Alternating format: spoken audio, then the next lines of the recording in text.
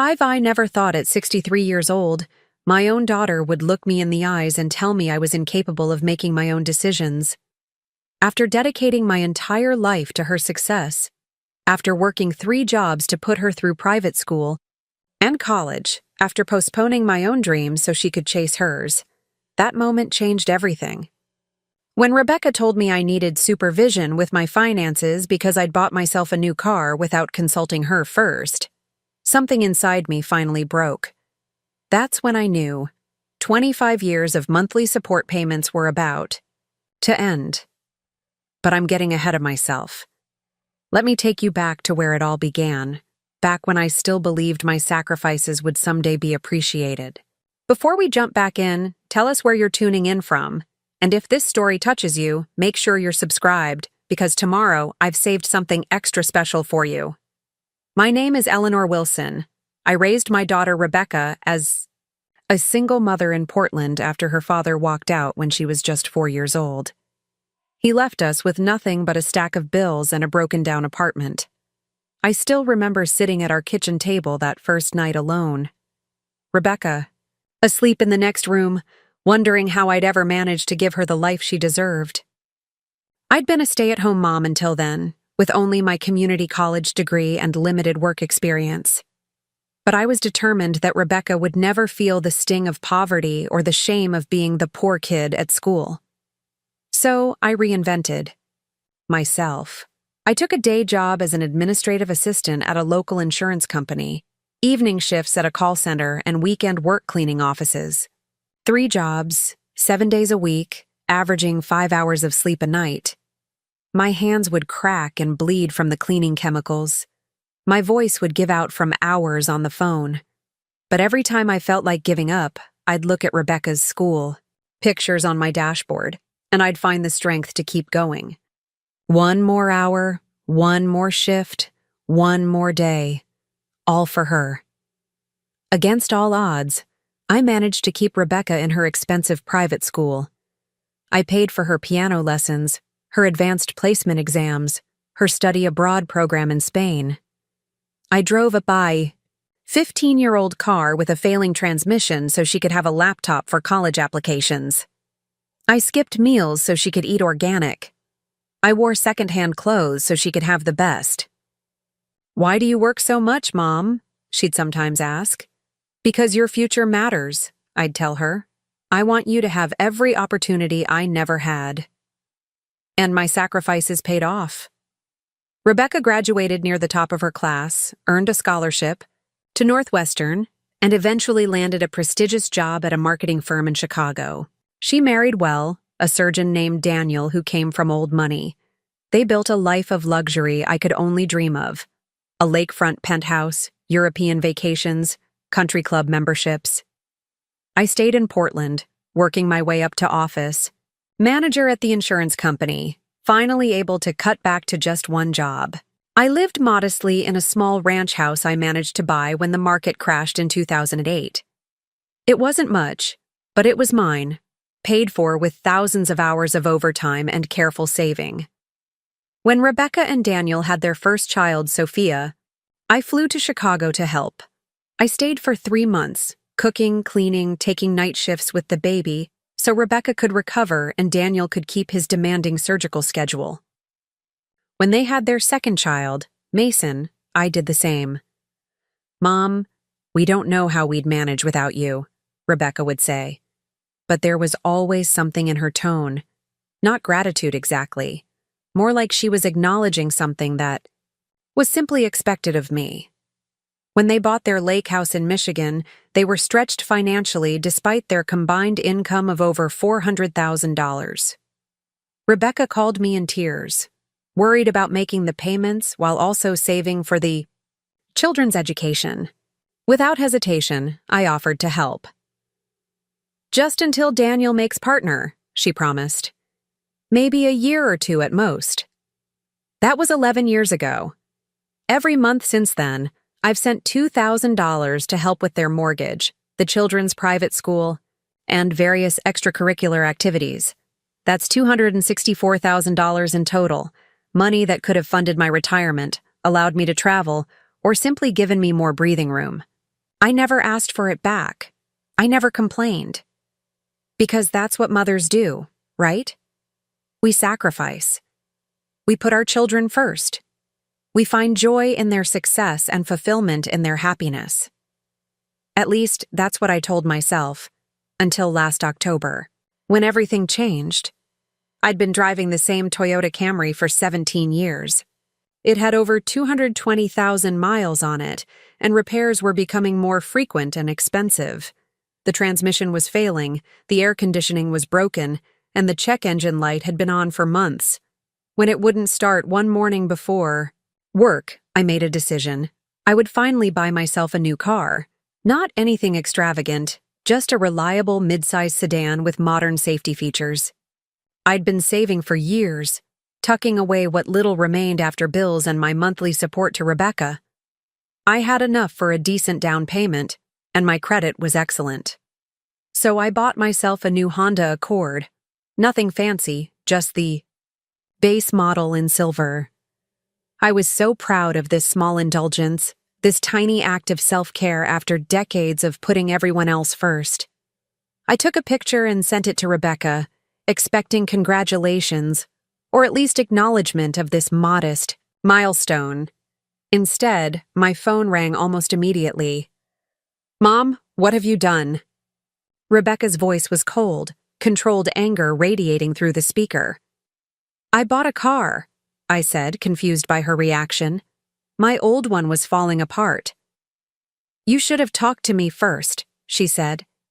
"That money could have gone toward Sophia's summer program at Yale. It's $12,000, and Daniel and I are already stretched thin this quarter." I stood in my driveway, keys still in my hand, staring at my reflection in the car's pristine window. Something shifted inside me in that moment. A realization that my daughter saw me not as an independent woman with my own needs and desires, but as an extension of her financial planning, a resource to be managed and directed. "Rebecca," I said carefully, "this is my money that I earned. I've been saving for this car for years." "That's exactly what I'm talking about," she snapped. "You make these impulsive decisions without considering the bigger picture. This is why Dad always said you were terrible with finances." The mention of her father, a man who had abandoned us both without a backward glance, rendered me temporarily speechless. "I'm going to talk to Daniel," she continued. "We need to figure out a better system for managing your money. Maybe we should set up a joint account so we can oversee your spending." "I'm 63 years old," I finally managed to say. "I don't need oversight." "Well, evidence suggests otherwise," she said with a sigh that dripped with condescension. "Look, I've got to go. Sophia has tennis lessons. We'll talk about this when you come for Thanksgiving next month." The call ended, and I stood there in my driveway for a long time, car keys dangling from my fingers, a strange numbness spreading through my chest. I thought about all the birthdays I'd celebrated with a single cupcake and a candle because I couldn't afford more. I thought about the vacations I'd never taken, the doctor's appointments I'd postponed, the dreams I'd abandoned. All so Rebecca could have everything. And now, at 63, I wasn't even allowed to buy myself a car without her permission. Something cracked inside me that day. Something that had been holding me together for 25 years of single motherhood and sacrifice. But what Rebecca didn't know, what she couldn't possibly understand from her position of privilege, was that when you break a woman who's already survived impossible odds, you don't destroy her. You set her free. The next morning, I woke, up with a clarity I hadn't felt in years. I made coffee, sat at my kitchen table, and pulled out my laptop. It was time to look at my finances, not through Rebecca's condescending lens, but through my own experienced eyes. What I saw surprised even me. Despite sending Rebecca $2,000 every month, I had managed to build a modest nest egg through careful saving and my company's 401k matching program. I wasn't wealthy by any means, but I wasn't destitute either. And there was something else, something I had almost forgotten about. Preparing and narrating this story took us a lot of time, so if you are enjoying it, subscribe to our channel. It means a lot to us. Now back to the story. 5 years earlier, my Aunt Martha had passed away. We had been close when I was a child, but family rifts and geographical distance had separated us as adults. I'd attended her funeral, of course, but I was shocked when her lawyer contacted me afterward. Martha had left me a small property in coastal Oregon, a one-bedroom cottage on a bluff overlooking the Pacific. It needed work, and property taxes were high, so I had simply paid the minimal maintenance costs and taxes each year, never finding the time to even visit it. I had never told Rebecca about the inheritance. At the time, she had been pressuring me to increase my monthly support to help with the children's private school tuition, and I feared she would insist I sell the property and give her the proceeds. So I had kept it to myself. My one secret, my one possession that wasn't entangled with my daughter's financial expectations. Now I pulled up recent real estate listings in the area. Coastal property values had skyrocketed in the past 5 years. Homes similar to Aunt Martha's cottage were selling for upwards of $650,000. Even in need of renovation, my inheritance was likely worth at least $500,000. I felt a strange mix of emotions wash over me. Guilt for keeping this secret, relief at having this financial cushion, and a growing sense of possibility that made my heart race. For the first time in decades, I allowed myself to imagine a different life. One where I wasn't just an ATM for my daughter's lifestyle, but a woman with her own dreams and plans. I closed my laptop and called in sick to work, something I almost never did. Then I got in my new car and drove 3 hours to the coast to see my inheritance in person for the first time. The cottage was perched on a rocky bluff above a pristine beach, with panoramic views of the ocean that took my breath away. The structure itself was weathered and in need of repair, peeling paint, a sagging porch, outdated appliances, but it was structurally sound. As I walked through the small rooms, I could feel my aunt's presence, her independent spirit that family lore said had scandalized her generation. Martha had never married, had traveled the world as a journalist, and had lived life entirely on her own terms. Standing in her cottage, watching the waves crash against the shore below, I wondered if perhaps she had left me this place for a reason, not just as a financial asset, but as a message across time. It's never too late to claim your life as your own.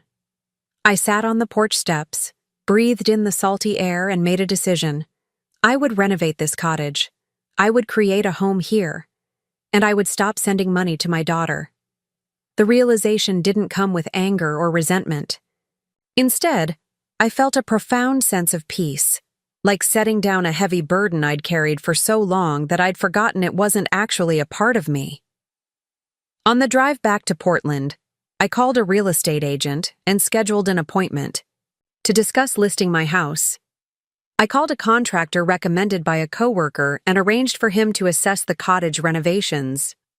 And I called my bank to stop the automatic transfer of $2,000 that was scheduled to go to Rebecca's account in 3 days. When I arrived home, there was an email from Rebecca in my inbox. The subject line read, "Financial Management Plan." With steady hands, I opened it. The email contained a detailed spreadsheet of my projected income and appropriate expenses, as well as a proposal for a joint account that Rebecca and Daniel would oversee. They had even taken the liberty of calculating how much I would need to increase my monthly contribution to cover Sophia's Yale summer program. The new amount, $2,750 per month. There was no mention of my feelings, no acknowledgement of my autonomy, no recognition of the decades of support I had already provided. Just numbers, expectations, and the unspoken assumption that I would comply, as I always had. I closed the email without responding and went to bed. For the first time in years, I slept straight through the night without waking once with worry. The next morning, Rebecca called. I let it go to voicemail. She called again an hour later. Again, I didn't answer. By the third call, I turned off my phone completely and went to work. When I returned home that evening, there were 6 missed calls and a text that simply read, "Mom, why isn't the money in our account? There must be some mistake with the bank. Call me ASAP." I didn't call. Instead, I made dinner, opened a bottle of wine I'd been saving for a special occasion, and began researching coastal living in Oregon. By the time I went to bed, I had a list of local businesses hiring in the area, information about the community, and even the schedule for a watercolor class offered at the local senior center. The next morning, Rebecca called my office directly. "Eleanor Wilson's office," I answered professionally. "Mom, what the hell is going on?" Rebecca's voice was shrill with panic. "The mortgage payment is due and your money isn't in our account." I took a deep breath. "I've decided to stop the monthly payments, Rebecca." The silence on the other end was so profound, I almost checked to see if the call had dropped. "You... what?"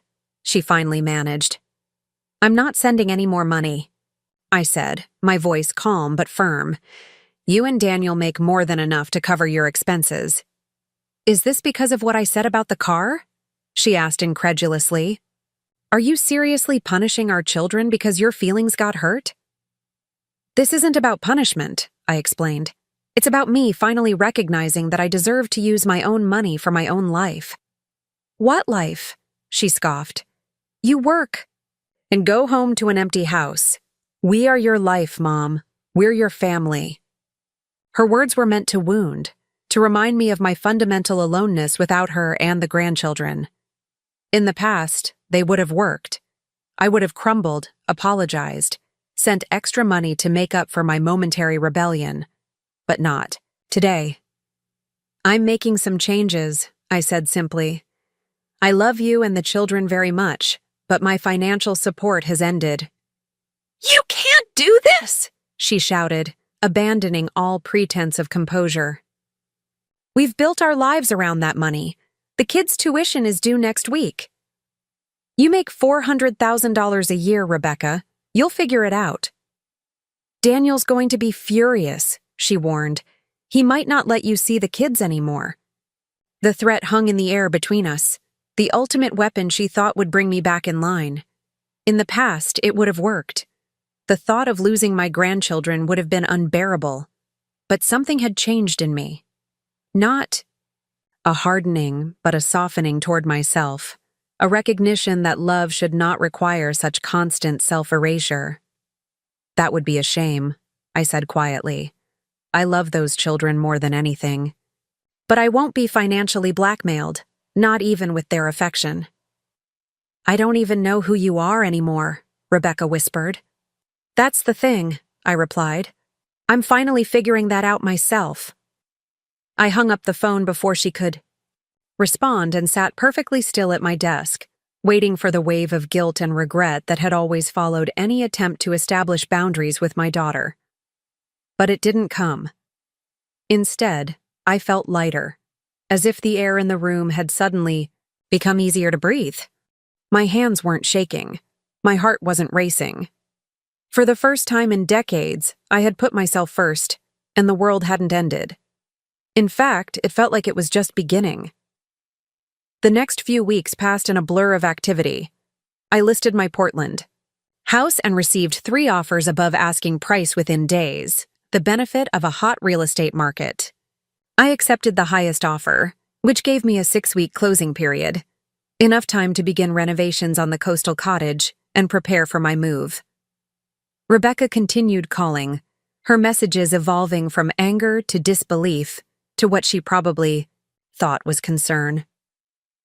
"Mom, I spoke with Dr. Williams. He thinks you might be experiencing some cognitive decline. These sudden, impulsive decisions aren't like you. We can get you evaluated. Daniel and I have been talking. We think you should consider moving to Chicago so we can look after you. There's a nice senior community near us. The children miss you. Sophia keeps asking why Grandma is mad at us. Is that what you want? To make your grandchildren feel abandoned?" Each message was carefully crafted to hit my vulnerable spots, to remind me of my advancing age, my aloneness, my role as a grandmother. They were hooks designed to snag me and reel me back into the familiar pattern of compliance and self-sacrifice. I listened to each one, acknowledged the pain and fear behind them, and continued packing my belongings. The contractor at the coastal cottage estimated $120,000 for complete renovations, updating the electrical and plumbing systems, replacing the roof, installing new windows, modernizing the kitchen and bathroom, and building a larger deck to maximize the ocean views. It was a significant investment, but still left me with substantial proceeds from my Portland house sale. I drove to the coast every weekend to check on the progress and began making connections in the small community.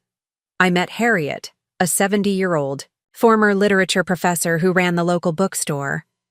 I met Jim, a widower who organized beach cleanups and led a hiking group for seniors. I met Lydia, who taught the watercolor class I had signed up for, and who laughed more freely than anyone I'd ever known. These people saw me, not as a financial resource or a convenient babysitter, but as Eleanor, a woman with thoughts and dreams and value all her own.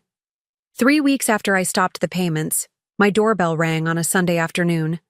I opened it to find Daniel standing on my porch, his expression a practiced mask of medical concern. "Eleanor," he said, his voice adopting the same tone he probably used with anxious patients. "We need to talk about what's been going on with you." I invited him in and offered him coffee, which he declined.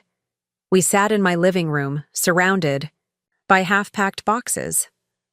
"Rebecca is worried sick about you," he began. "These sudden life changes, selling your house, cutting off contact with the family. These are concerning behaviors that could indicate an underlying issue." "What issue would that be, Daniel?" I asked mildly. "Independence? Self-respect?" He sighed, clearly frustrated by my failure to follow his script. "Look, I understand you were upset about Rebecca's comments regarding your new car purchase. Perhaps we overstepped. But this reaction is extreme and potentially self-destructive. How is it self-destructive to use my own money for myself after decades of supporting others?" "Because you're isolating yourself," he exclaimed. "Moving to some remote coastal town, away from your family, at your age? What happens if you fall? If you get sick? Who will take care of you?" I looked at my son-in-law, this man who had benefited from my financial support for 11 years without once calling to thank me personally, and realized he couldn't conceive of a world where a woman my age chose freedom over security, autonomy over safety. "The same people who have always taken care of me, Daniel," I said quietly. "Myself." His facade cracked then, the concerned doctor giving way to the frustrated financial planner. "We've built our lives around your contribution, Eleanor.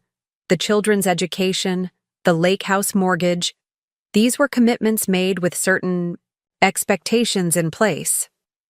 "Expectations," I repeated. "Not agreements, not discussions between equals, but expectations placed on me without my full consent." "That's not fair," he protested. "You offered to help." "Yes, for a year or two." Those were Rebecca's exact words. "It's been 11 years, Daniel. When did my temporary assistance become a permanent obligation?" He had no answer for that. Instead, he switched tactics. "What about the children?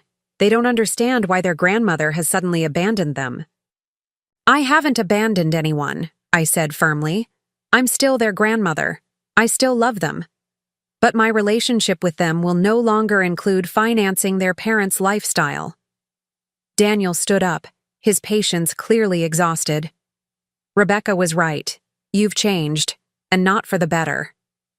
As he walked toward the door, he delivered what he clearly thought was his killing blow. "Just so you know, Rebecca and I have decided it would be best if you didn't attend Sophia's birthday next month. Your behavior has been too erratic, and we don't want to expose the children to that kind of instability." He expected me to crumble, to beg for forgiveness, to promise that the money would resume flowing if only I could see my grandchildren. The old Eleanor would have done exactly that, but I was no longer that woman. "I understand," I said calmly. "When Sophia asks why I'm not there, you can explain to her that Grandma didn't pay enough money to earn an invitation." Daniel flushed. Red. "That's not what this is about. Isn't it?" I asked. "Because from where I'm standing, my worth to this family has always been measured in dollars, not love." He left without another word, slamming the door behind him. I sat alone in my half-packed living room, feeling the weight of what I had just done. I had stood my ground. I had spoken my truth. I had refused to be manipulated or bullied into compliance. And yes, it hurt. The separation from my grandchildren cut deeper than any pain I had ever known. But beneath the hurt was something else, something unfamiliar yet essential. Self-respect. That night, I called my sister Janet, who lived in Arizona, and with whom I'd had only sporadic contact over the years, another casualty of my single-minded devotion to Rebecca. "Eleanor?" she answered, surprise evident in her voice. "Is everything okay?" "No," I said honestly. "But I think maybe it will be." I told her everything. The years of financial support, Rebecca's reaction to my car purchase, my decision to stop, the payments, the cottage renovation, Daniel's visit.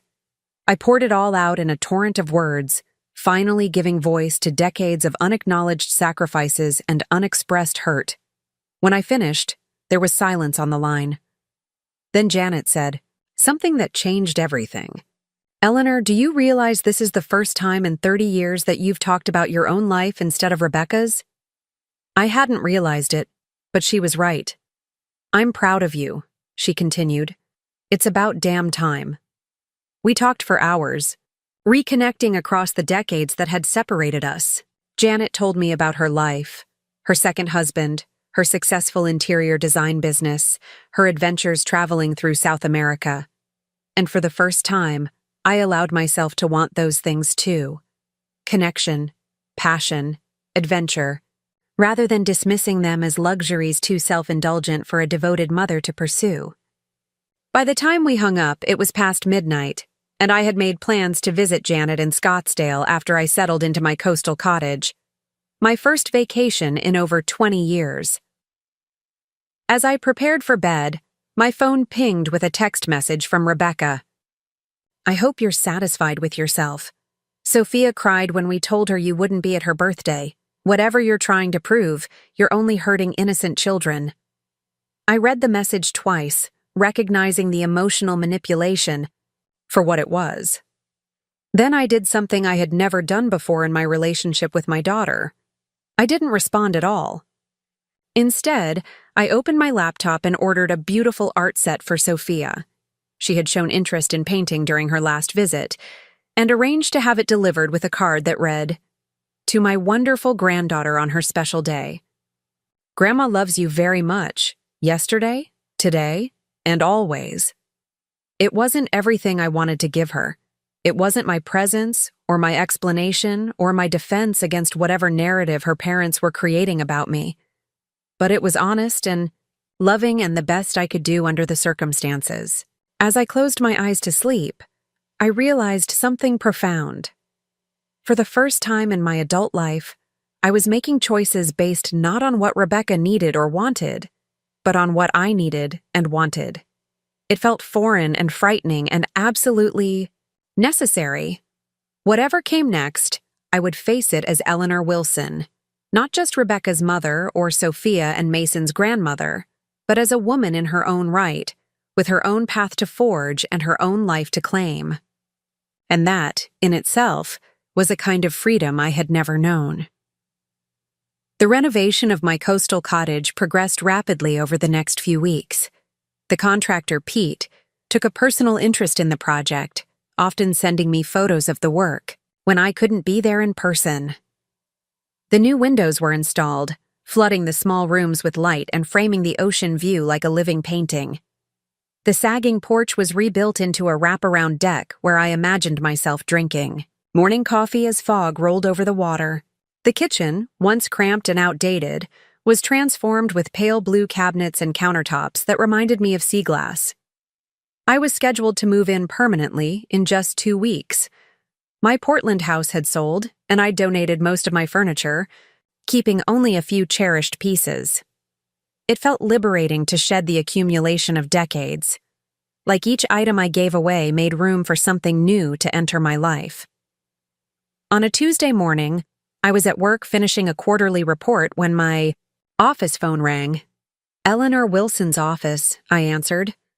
"Ms. Wilson, this is Heather Davis from Coastal Community Bank. I'm calling because there appears to be an issue with your renovation loan." My stomach tightened.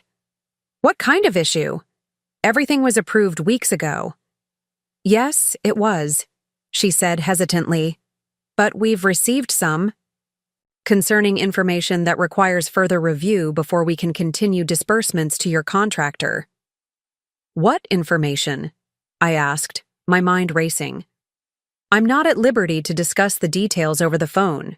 Could you come to the bank? This afternoon? Say, 3 o'clock? I agreed, my hands trembling slightly as I hung up. I had never missed a payment, never even been late on a bill. My credit score was excellent.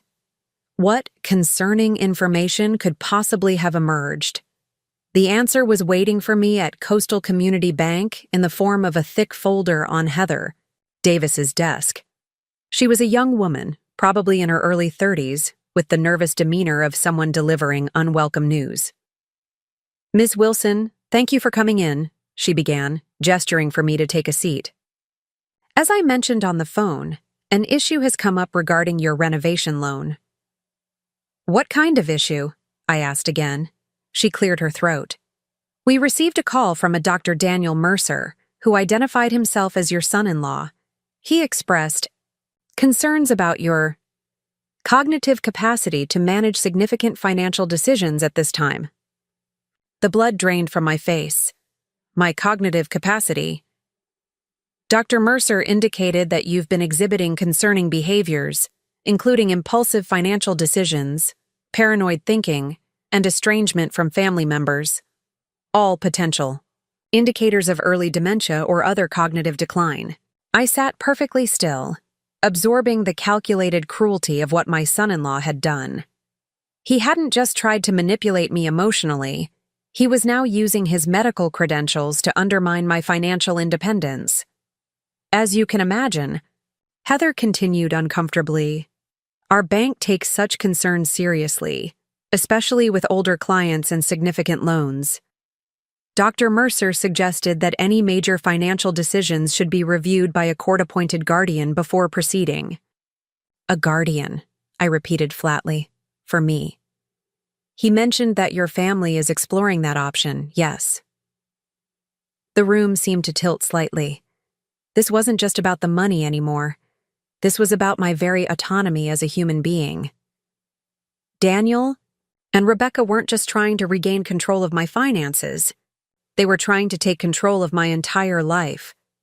I took a deep breath and met Heather's eyes directly. "Ms. Davis, I'm a 63-year-old woman in full possession of my mental faculties. I've worked as an office manager for 15 years, managing complex budgets and financial projections. I have no history of mental illness or cognitive impairment." "I understand," she nodded. "But Dr. Mercer was quite convincing, and as a medical professional who has never treated me and who stands to benefit financially if my loan is denied," I interrupted. "Ms. Davis, this is a clear conflict of interest. Dr. Mercer is upset because I recently stopped providing his family with $2,000 monthly that they had come to depend on. This is retribution, pure and simple." Heather looked uncertain.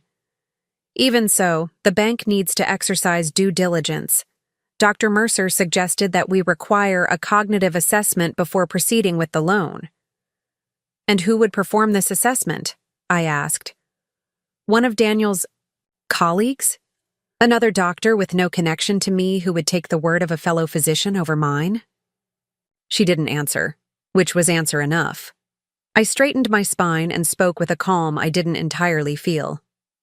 Ms. Davis, I appreciate the bank's concern, but what's happening here is elder abuse through financial manipulation. I will not submit to a cognitive assessment demanded by family members who are actively trying to control my assets. I reached into my purse and pulled out my phone. Instead, I'll be contacting my attorney right now to discuss both a cease and desist order against Dr. Mercer for making false claims about my mental health, and a potential lawsuit against Coastal Community Bank for age discrimination and defamation of character. Heather's eyes widened. Ms. Wilson, there's no need to escalate this situation. I disagree, I said firmly. It was escalated the moment you allowed an interested third party to interfere with my approved loan based on unsubstantiated claims about my mental capacity. I stood up, gathering my purse. I'll expect written confirmation that my loan is proceeding as originally approved by the end of business tomorrow. Otherwise, my attorney will be in touch. As I walked toward the door, Heather called after me. Ms. Wilson, wait. Perhaps we can find a middle ground here. I turned back.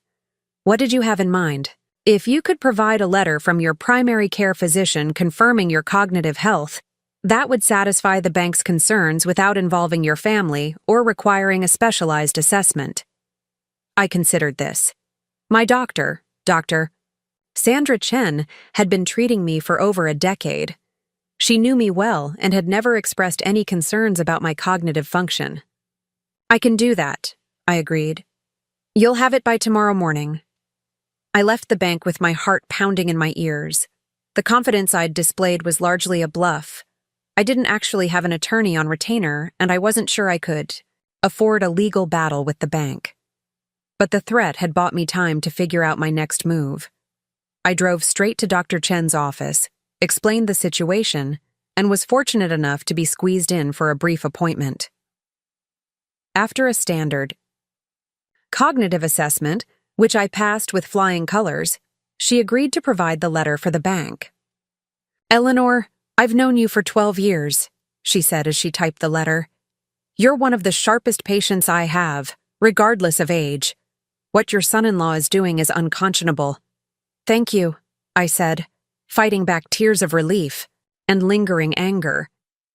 I just don't understand how they could do this, how they could try to take away my independence, my very identity. Dr. Chen looked at me over her reading glasses. Unfortunately, I see this more often than you might think. Adult children who have come to see their parents, particularly mothers, as extensions of themselves rather than autonomous beings. When that dynamic is disrupted, they often respond with surprising aggression. But to suggest I'm losing my mind to try to get me declared incompetent? The enormity of the betrayal still staggered me.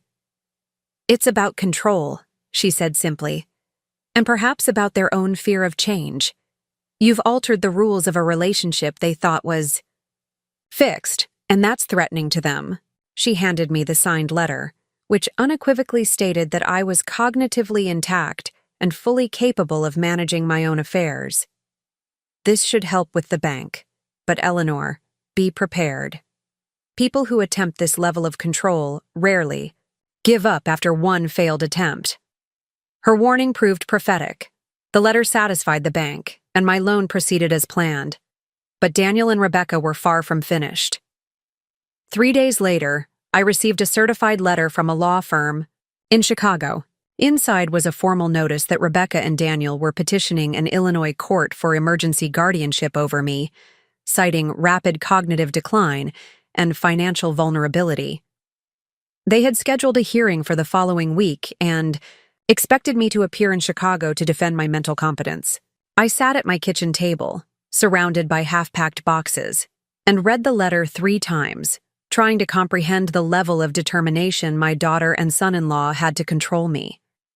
They were willing to publicly declare me incompetent, to strip me of my legal rights, to humiliate me in open court, all because I had dared to reclaim my financial independence.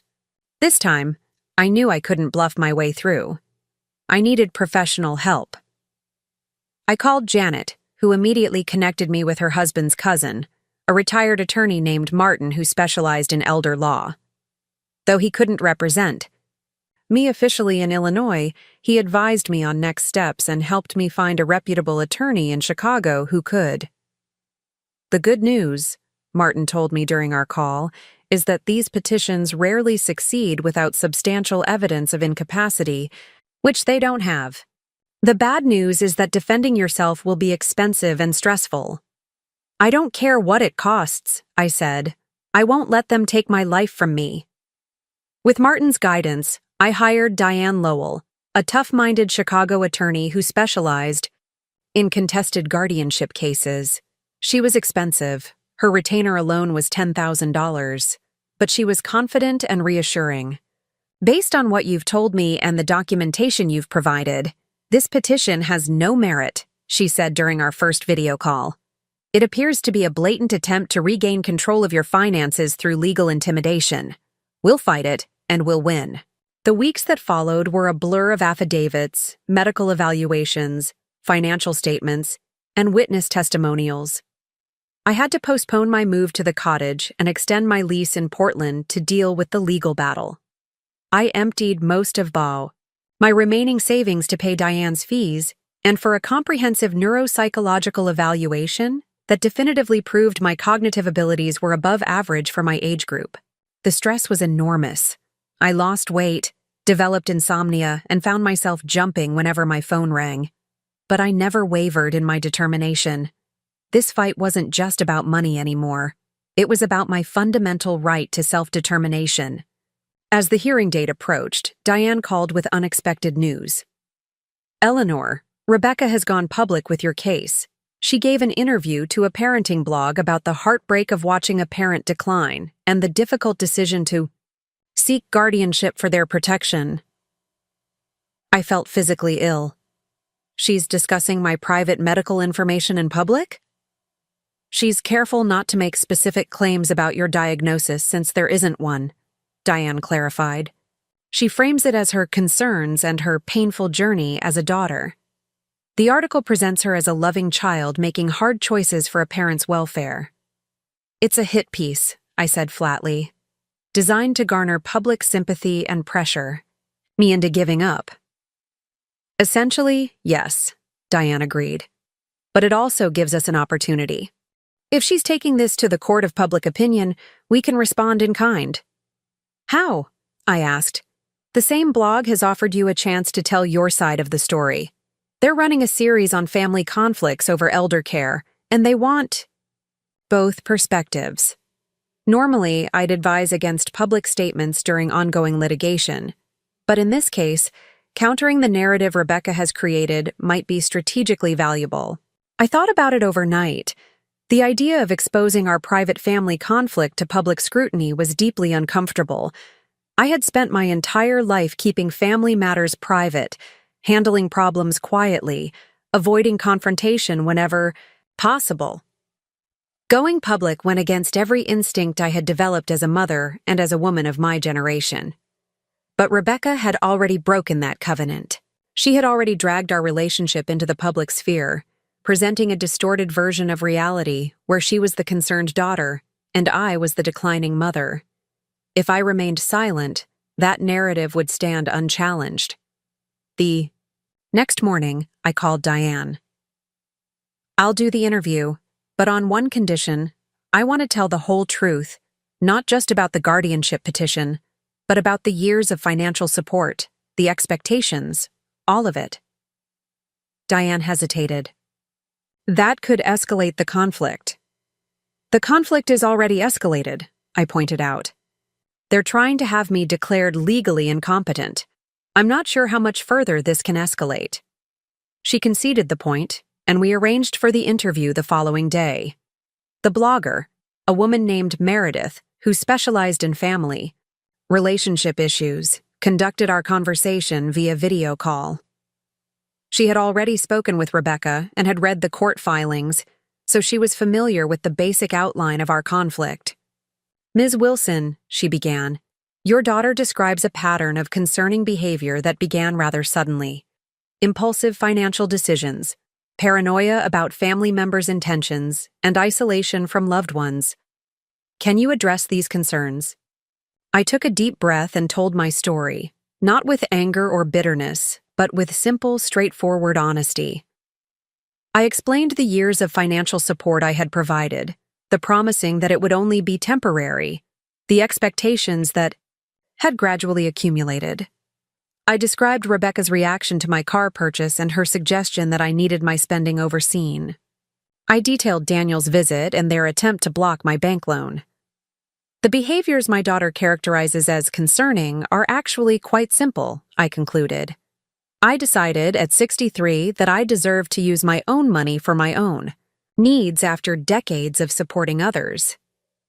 I decided that I had the right to make financial decisions without my daughter's approval. And I decided that I would not allow emotional manipulation to force me back into a role I no longer wished to play. Meredith looked thoughtful. Your daughter suggests that these changes came out of nowhere and represent a personality shift that could indicate cognitive decline. I smiled slightly. They didn't come out of nowhere for me. They came after years of growing awareness that the dynamic between us was unhealthy. The only thing that changed suddenly was my willingness to accept it. And the cottage renovation? The move away from Portland? Rebecca characterizes these as impulsive decisions that put your financial security at risk. I inherited that cottage 5 years ago, I explained. I've been paying taxes on it and basic maintenance all this time. The renovation was carefully planned and is well within my financial means, especially after the sale of my Portland house. As for moving away, is it really so strange that a person might want to live by the ocean in their retirement years? What about Rebecca's concern that you'll be isolated, without support systems if your health declines? I've made more meaningful connections in the coastal community over the past few months than I've had in Portland for years, I said. My social circle in Portland had shrunk over time because most of my energy and resources were directed toward Rebecca and her family. As for health concerns, the cottage is 10 minutes from a hospital, and I'm in excellent health according to my doctors. The truth is, social isolation was more of a risk in my previous life than in the one I'm creating now. The interview continued for over an hour. Meredith was thorough, asking challenging questions but giving me space to answer fully. When we finished, she thanked me and promised that the article would present both perspectives fairly. Ms. Wilson, she added before disconnecting, off the record, I've interviewed hundreds of families in conflict. What strikes me about your situation isn't the conflict itself, which is sadly common, but your clarity about it. Many people in your position would be consumed by guilt or anger, but you seem to have found a perspective that's neither self-flagellating nor bitter. I'm working on it, I admitted. Some days are harder than others. 3 days later, the article was published under the headline, Financial Independence or Elder Exploitation. A mother and daughter tell their stories. It presented both Rebecca's perspective and mine, side by side, allowing readers to draw their own conclusions. The public response was immediate and overwhelming. The comment section filled with hundreds of reactions, the vast majority supporting my position. Older readers shared their own experiences with adult children who felt entitled to direct their financial decisions. Younger readers expressed shock at the idea of a couple making $400,000 a year demanding monthly support from a retired parent. I can't believe they took $264,000 from their mother over 11 years while living in luxury. The daughter and son-in-law sound like entitled narcissists. They're upset because their cash cow is finally saying no. As a geriatric social worker, what the daughter is doing sounds like financial elder abuse. Attempting guardianship to regain control of a parent's assets is a red flag. The article was picked up by larger publications and shared widely on social media. Within days, it had sparked a national conversation about elder autonomy, financial boundaries between adult children and parents, and the sometimes toxic expectation that mothers should sacrifice indefinitely for their children's benefit. A Received emails from strangers across the country, some sharing similar stories, others offering legal resources, still others simply expressing support. A retired judge from Florida wrote to assure me that no court would grant guardianship based on the flimsy evidence Rebecca and Daniel had presented. A psychologist specializing in family systems offered a free consultation to help me navigate the emotional aftermath of the conflict. The morning after the article was published, Rebecca called. For the first time in weeks, I answered. "How could you?" she demanded without preamble. "How could you air our private business like dirty laundry for the whole world to see?" "You went public first," I reminded her. "I simply responded to the narrative you created. I was trying to help you, to get you the care you need." "No, Rebecca," I said quietly. "You were trying to regain control over me and my resources. The difference is, I have documentation to support my version of events." She was silent for a moment. Then her voice changed, becoming softer, more wounded. "You've humiliated us, Mom. Daniel's colleagues are asking questions. The children's friends' parents have seen the article. You've turned the whole world against us." "I told the truth," I said simply. "If that truth reflects poorly on you, that's not my responsibility to manage." "We were going to drop the guardianship petition," she admitted. "Daniel thought it wasn't worth the fight once we saw your neuropsychological evaluation. But now, after this public betrayal, all bets are off. See you in court." She hung up, and I sat with the phone in my hand, absorbing the fact that my daughter was willing to pursue a legal battle she knew she would lose, purely out of spite and wounded pride. It was a stunning revelation, not just about who she had become, but about how profoundly our relationship had deteriorated. The day before the guardianship hearing, Diane called with news. "Eleanor, the judge has reviewed the pre-hearing filings and has some concerns about the petition. He's requesting a chambers conference with both attorneys before proceeding." "What does that mean?" I asked. "It means the judge has likely spotted the lack of merit in their case and wants to address it privately before public proceedings." "Begin." "This is good news. Judges often use chambers conferences to encourage weak cases to withdraw before wasting court time." Sure enough, an hour later, Diane called back. "The petition has been withdrawn," she announced. "The judge made it clear to Rebecca's attorney that proceeding would be inadvisable given the overwhelming evidence of your competence and the questionable motivations behind the petition." Relief flooded through me, followed quickly by a profound sadness. The battle was over, but at what cost? My relationship with my daughter felt irreparably damaged. My grandchildren were being kept from me. The financial and emotional toll of the fight had been enormous. Yet beneath the sadness was something else. A quiet, steady sense of having stood my ground with dignity and integrity. I had faced one of my greatest fears: public conflict, family estrangement, financial uncertainty, and I had survived. More than survived. I had prevailed. That evening, I received an unexpected email from Sophia, my 15-year-old granddaughter. The subject line read simply, "I'm sorry." "Grandma," she wrote, "I saw the article. Mom and Dad don't know I'm writing to you. They think you've changed, but I think maybe you were always this strong and just never had to show it before. I miss you. What they're doing isn't right. I'm sorry." Tears streamed down my face as I read her words. This unexpected alliance, this recognition from the most unlikely source. I wrote back immediately, assuring her of my love, explaining that adult relationships were complicated, but that none of this conflict changed how I felt about her. "Your mother is still my daughter, and I will always love her," I wrote. "Disagreements, even serious ones, don't erase a lifetime of love. Remember that, whatever happens next."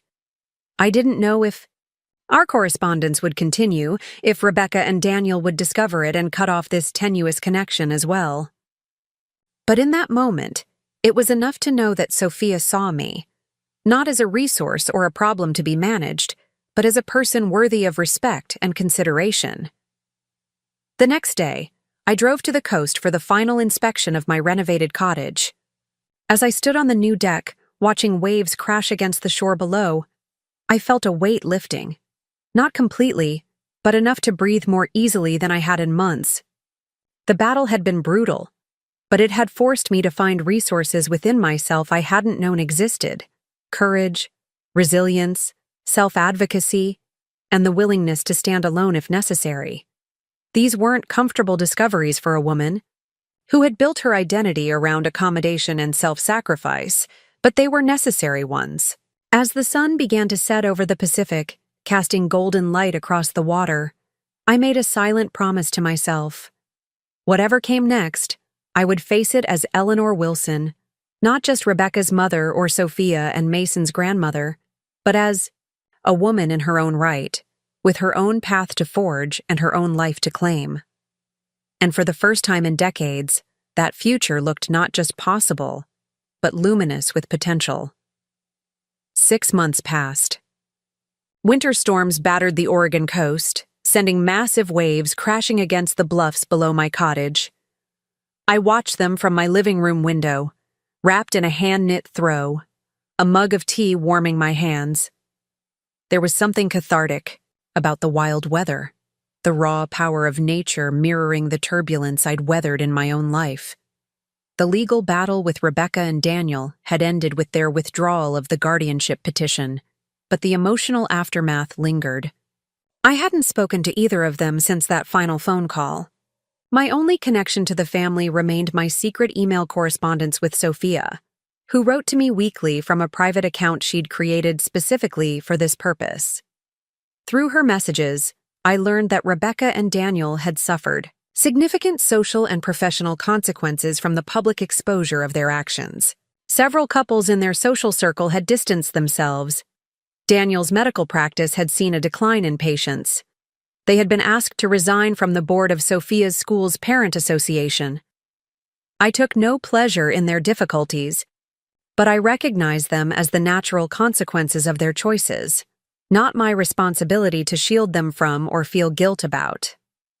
My therapist, Dr. Williams, not to be confused with the fictional Dr. Williams Rebecca had invoked in her manipulative messages, had helped me understand that this perspective wasn't callous, but healthy. A necessary boundary between what was mine to carry and what wasn't. The cottage had become my sanctuary. I'd filled it with carefully chosen furniture, plants that thrived in the coastal light, and art created by local artists I'd befriended. The wraparound deck had become my favorite place to read, meditate, or simply watch the ever-changing ocean. I'd installed a small greenhouse on the south side of the property, where I grew herbs and started seedlings for the vegetable garden I planned to plant in spring. Financially, I was stable, but no longer flush. The legal battle had depleted much of my savings, and the cottage renovations had cost more than initially projected, as renovations always do, Pete had warned me. But I had enough to live modestly, and I had discovered something unexpected. I enjoyed working part-time at Harriet's bookstore 3 days a week, organizing events and managing their new online presence. The supplemental income was welcome, but more valuable was the sense of purpose and community it provided. I had made friends, real friends, not the superficial connections that had characterized most of my adult social life in Portland, where my identity had been so thoroughly subsumed by motherhood that I'd forgotten how to relate to others as simply Eleanor. Harriet had become a mentor of sorts, her sharp wit and unapologetic independence a model for the woman I was becoming. Jim, the widower who led beach cleanups, had become a hiking companion and occasionally something more, our relationship evolving slowly, with the patient wisdom of people who had learned the hard way not to rush important connections. Lydia, my watercolor teacher, had somehow become my dearest friend. Her studio, perched on a cliff similar to mine but a few miles north, had become my second home. We painted together every Thursday, sometimes in companionable silence, sometimes engaged in the kind of deep, meandering conversations that felt like exploring new territory in the company of a trusted guide. "You've changed," Lydia observed one Thursday afternoon as we cleaned our brushes after a session. "Not just from when you first arrived, though certainly then, but even in the months since the guardianship fight ended." "How so?" I asked, genuinely curious about how others perceived the internal shifts I'd been experiencing. "You take up more space," she said, gesturing with her hands as if framing a photograph. "Not physically, but energetically. You used to hold yourself so carefully, like you were afraid of spilling over your boundaries. Now you're—" She searched for the right word. "Expansive." I considered this as I hung my brushes to dry. "I think I spent most of my life trying to make myself smaller," I said finally. "Less demanding, less visible, less troublesome. It became such a habit I didn't even notice I was doing it." "Most women do," Lydia nodded. "But it's particularly acute for mothers. We're trained to believe that maternal love means self-erasure, that sacrifice equals virtue, that discomfort or resentment means we're failing at the most fundamental level. I believed all of that," I admitted. "I thought if I just gave enough, sacrificed enough, Rebecca would eventually see me and value me. I thought I could earn her respect through perpetual giving." "And now?" I smiled ruefully. "Now I understand that respect isn't earned through self-abnegation. If anything, that kind of sacrifice often breeds contempt in the people who benefit from it." "Hard lesson," Lydia murmured. "The hardest," I agreed, "but necessary." That evening, after returning home from Lydia's studio, I checked my email and found a message from Sophia. Unlike her usual updates about school and friends, this one was brief and urgent. "Grandma, I need to talk to you. Can I call you tonight at 9? It's important. S." I replied immediately, confirming that I would be available. At precisely 9 p.m. My phone rang. "Sophia?" I answered. "Is everything all right?" Her voice was tight with tension. "Not really. Mom and Dad are getting divorced." I sat down heavily on the couch. "Oh, Sophia, I'm so sorry. It's been building for months," she continued. "Ever since the whole guardianship thing fell apart. They started fighting all the time. At first about you and the money, but then about everything else too. Dad moved out last week. How are you and Mason handling it?" I asked, concerned for my grandchildren's well-being above all else. "Mason's pretty confused. He's only 11. She paused. I don't know. Part of me saw it coming. They haven't been happy for a long time, but it's still weird." "It's a major change," I acknowledged. "It's normal to have complicated feelings about it." "There's something else," Sophia said, her voice dropping lower. "Mom wants to see you." To Doc Oikwe felt a flutter of anxiety in my chest. Did she say what about? "Not exactly, but she's different lately. Quieter, less. I don't know how to explain it. Less perfect, maybe? She cries sometimes, which she never used to do. And yesterday I heard her tell her friend on the phone that she's been seeing a therapist to work through her issues with her mother." I absorbed this information silently, not sure what to make of it. Was this a genuine attempt at reconciliation or another manipulation tactic? After everything that had happened, my trust in Rebecca's motives was severely damaged. "What do you think I should do?" I asked Sophia, not because I would base my decision on a teenager's advice, but because I was genuinely curious about her perspective. "I think you should hear her out," Sophia said after a moment. "Not for her sake, but for yours. And maybe a little bit for mine and Mason's, too. I miss having a whole family." The simple honesty of her statement pierced my heart. "I miss that, too," I admitted.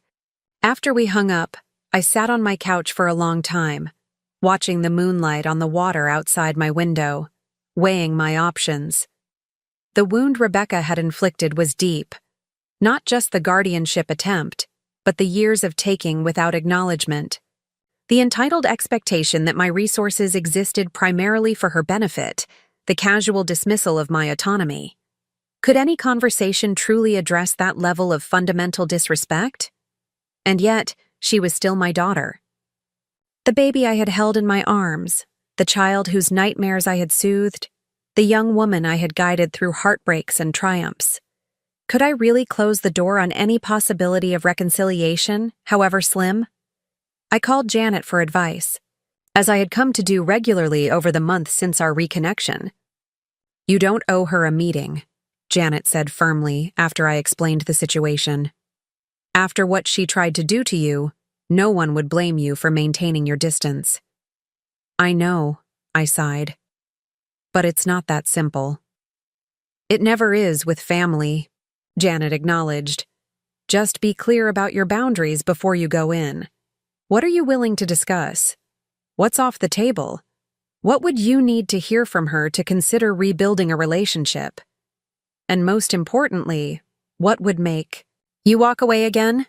I spent the next day thinking about these questions, journaling my responses, discussing them with Dr. Williams in our weekly therapy session. By evening, I felt ready to take the next step. I emailed Rebecca. "Sophia mentioned you wanted to speak with me. I'm open to a conversation, but I suggest neutral territory. There's a cafe in Lincoln City called The Reading Room. Would next Saturday at 1 p.m. work for you?" Her response came within minutes. "I'll be there. Thank you." The week that followed was one of the most emotionally turbulent I'd experienced since the height of the guardianship battle. I vacillated between hope and cynicism, between longing for reconnection and fear of being hurt again. I rehearsed what I might say, how I would respond to various scenarios, from genuine contrition to subtle manipulation to outright hostility. By the time Saturday arrived, I was exhausted from the internal debate. I arrived at the reading room 30 minutes early, chose a quiet table in the corner, and ordered a pot of Earl Grey tea to steady my nerves. At precisely 1 p.m., Rebecca walked in. Her appearance shocked me, not because she looked unkempt or unwell, but because she looked so different from the polished, perfect image she had always maintained. Her hair was simpler, pulled back in a low ponytail instead of the elaborate styles she had favored. She wore minimal makeup, jeans instead of her usual tailored slacks, and a simple sweater. She looked younger somehow, more like the Rebecca I remembered from before her marriage to Daniel, before the constant striving for status and appearance had become her defining characteristic.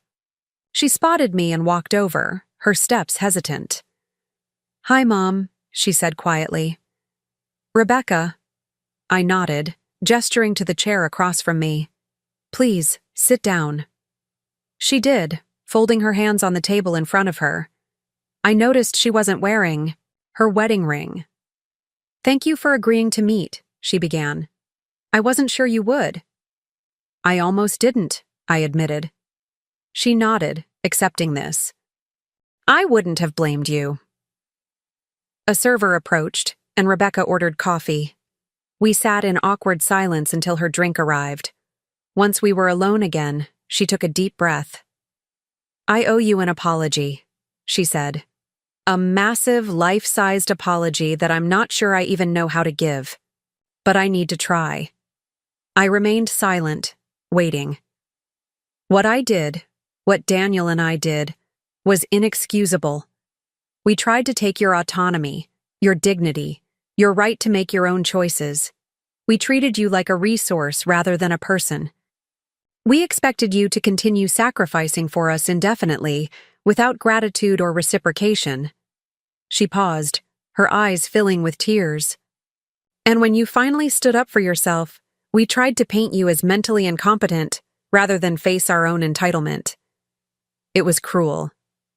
It was wrong. And I am so sorry. Her words washed over me, the apology I had needed but never expected to receive.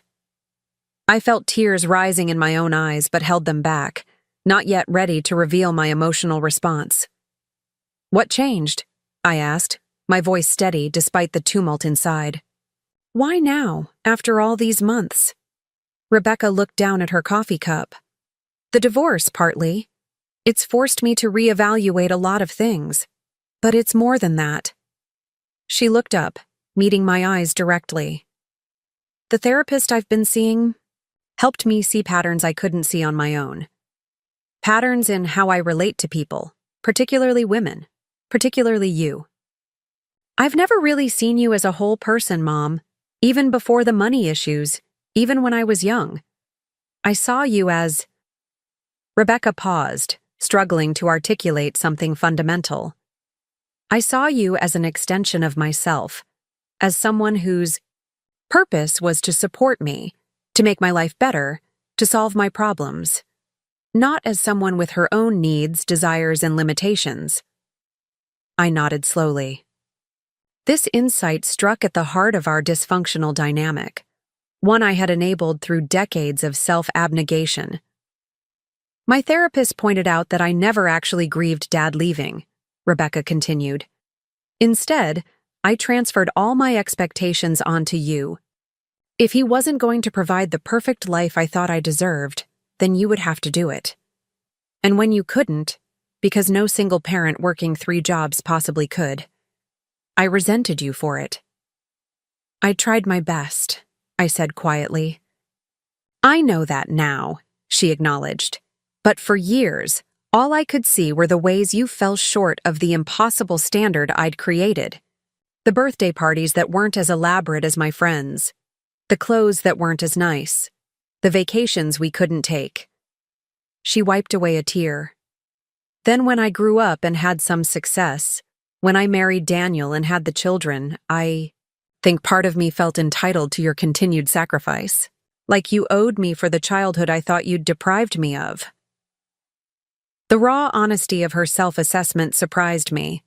This wasn't the carefully controlled Rebecca I knew, who managed perceptions and maintained appearances at all costs. This was someone new, or perhaps someone very old, the authentic person who had been buried beneath layers of perfectionism and materialism for decades. "The guardianship attempt," I began, "was rock bottom," she finished. "The absolute worst thing I've ever done." Watching that case fall apart, seeing how others perceived our actions, reading those comments online, it was like suddenly seeing myself through a different lens, and I didn't recognize the person I'd become. She reached across the table, her hand stopping just short of mine. "I don't expect forgiveness, Mom. What I did doesn't deserve it. But I wanted you to know that I understand now. I see what I did wrong. And I'm committed to changing. Not just for you, but for Sophia and Mason too.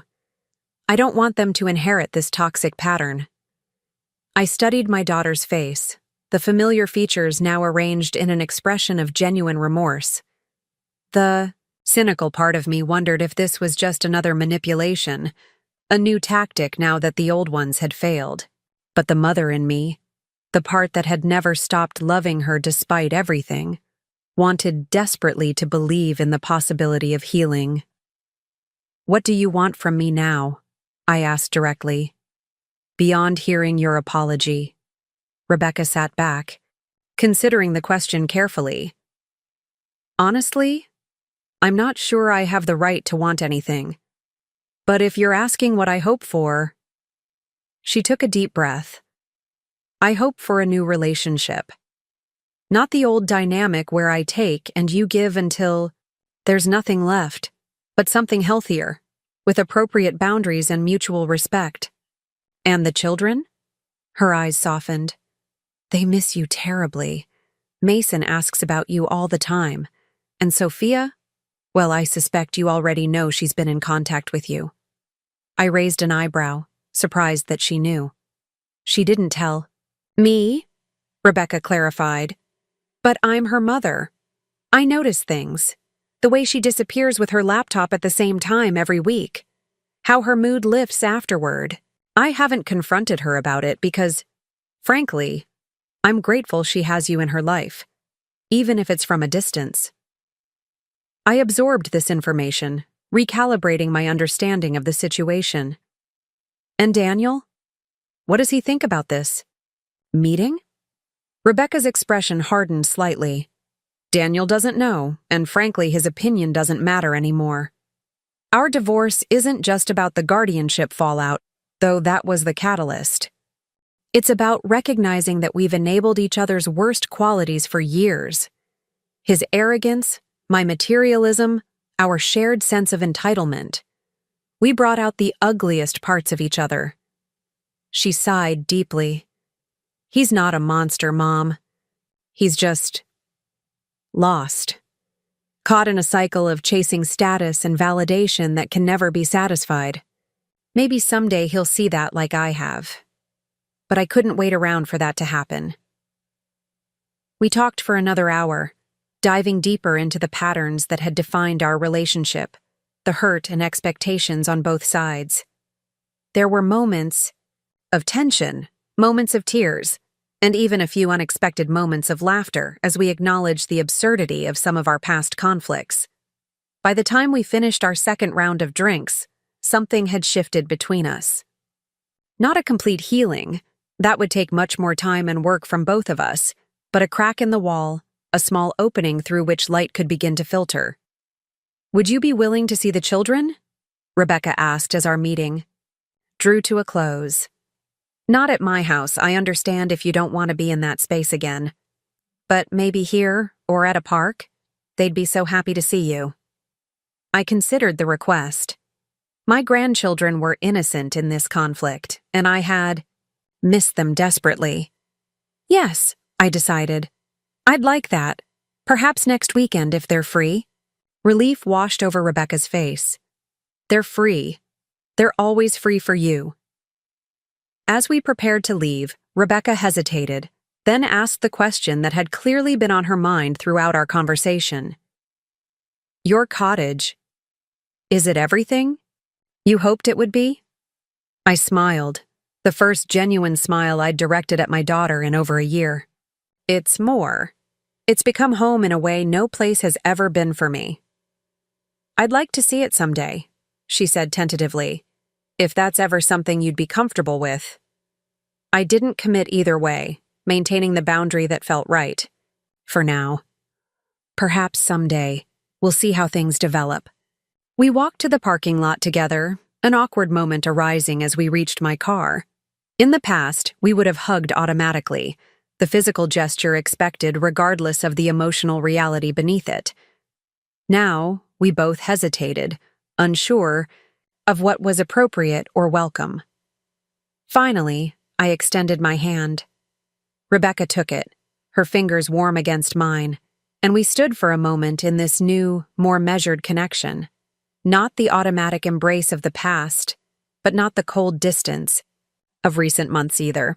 Something in between, something still finding its form. Thank you for meeting me, she said. Thank you for apologizing, I replied. It means more than you know. As I drove back to my cottage, my emotions were too complex to name.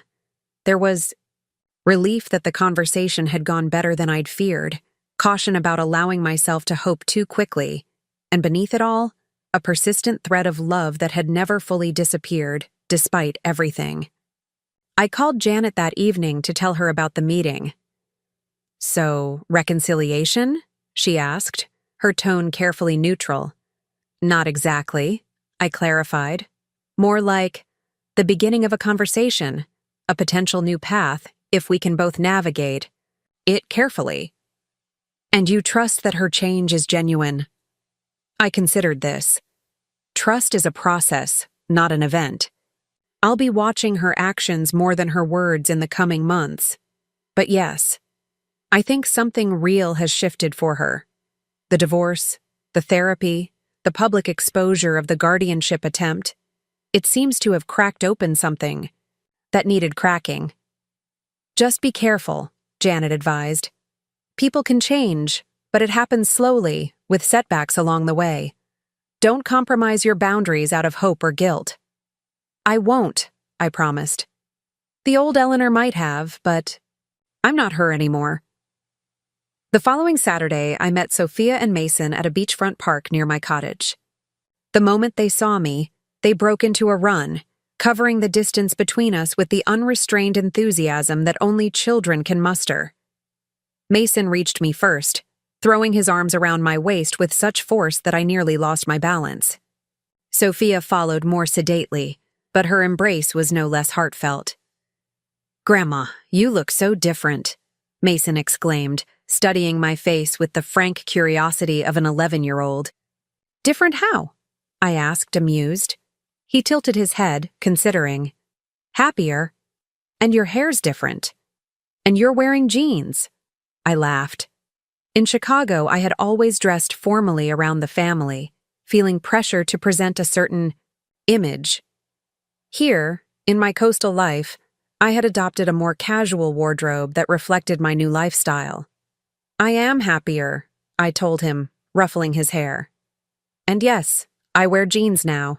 They're much more practical for beach walks and gardening." "You have a garden?" Sophia asked, her eyes lighting up. She had always loved growing things, starting with the small container plants we had tended together during my visits. "A small one," I said. "Mostly herbs right now, but I'm planning to expand in the spring. Would you like to see it?" "Can we see your whole house?" Mason asked eagerly. "Mom said you live right on the ocean now."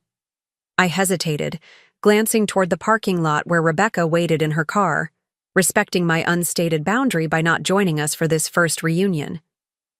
Taking the children to my cottage would be a significant step, allowing them into my personal space, the sanctuary I had created for myself. But looking at their hopeful faces, I realized that maintaining too rigid a boundary might hurt the very relationship I hoped to rebuild. "Yes," I decided. "You can see the cottage. Let me just check with your mother first." I walked to Rebecca's car and tapped on the window. She lowered it, her expression questioning. "The kids want to see my place," I explained. "Would it be all right if I take them there for an hour or so? You could pick them up there, or I could bring them back here." She nodded. "Of course. Why don't I pick them up there? Just text me the address." "You could come too," I found myself offering, surprising myself. "If you'd like." A complex emotion crossed her face, hope, tempered by restraint. "Are you sure? I don't want to overstep." "I'm sure," I said, realizing as I spoke that it was true. "Just understand that it's my space, very different from what you might expect." "I'd like that," she said simply. And so, an hour later, my daughter stood in the living room of my coastal cottage, taking in the space I had created. The large windows framing the ocean view, the comfortable but modest furniture, the walls adorned with my own watercolors and pieces from local artists, the bookshelves filled with volumes I had finally found time to read. "It's beautiful," she said softly. "So peaceful, so you." "It is me," I agreed. "The me I'm becoming, anyway." Mason had already discovered the small telescope I kept by the window for whale watching, while Sophia was examining my collection of beach glass displayed in a large glass bowl on the coffee table. "Did you find all these here?" she asked, running her fingers through the smooth, colorful fragments. "Most of them," I said. "I walk the beach every morning at low tide. It's become a kind of meditation." Rebecca wandered to my easel, set up in the corner with the best light, where a half-finished watercolor of the coastline at sunset awaited completion. "You're painting again," she observed. "I remember you used to paint when I was very small before Dad left." The memory surprised me. I had assumed those early creative efforts had gone unnoticed or been forgotten. "Yes," I acknowledged. "My friend Lydia teaches classes. She's helped me rediscover it."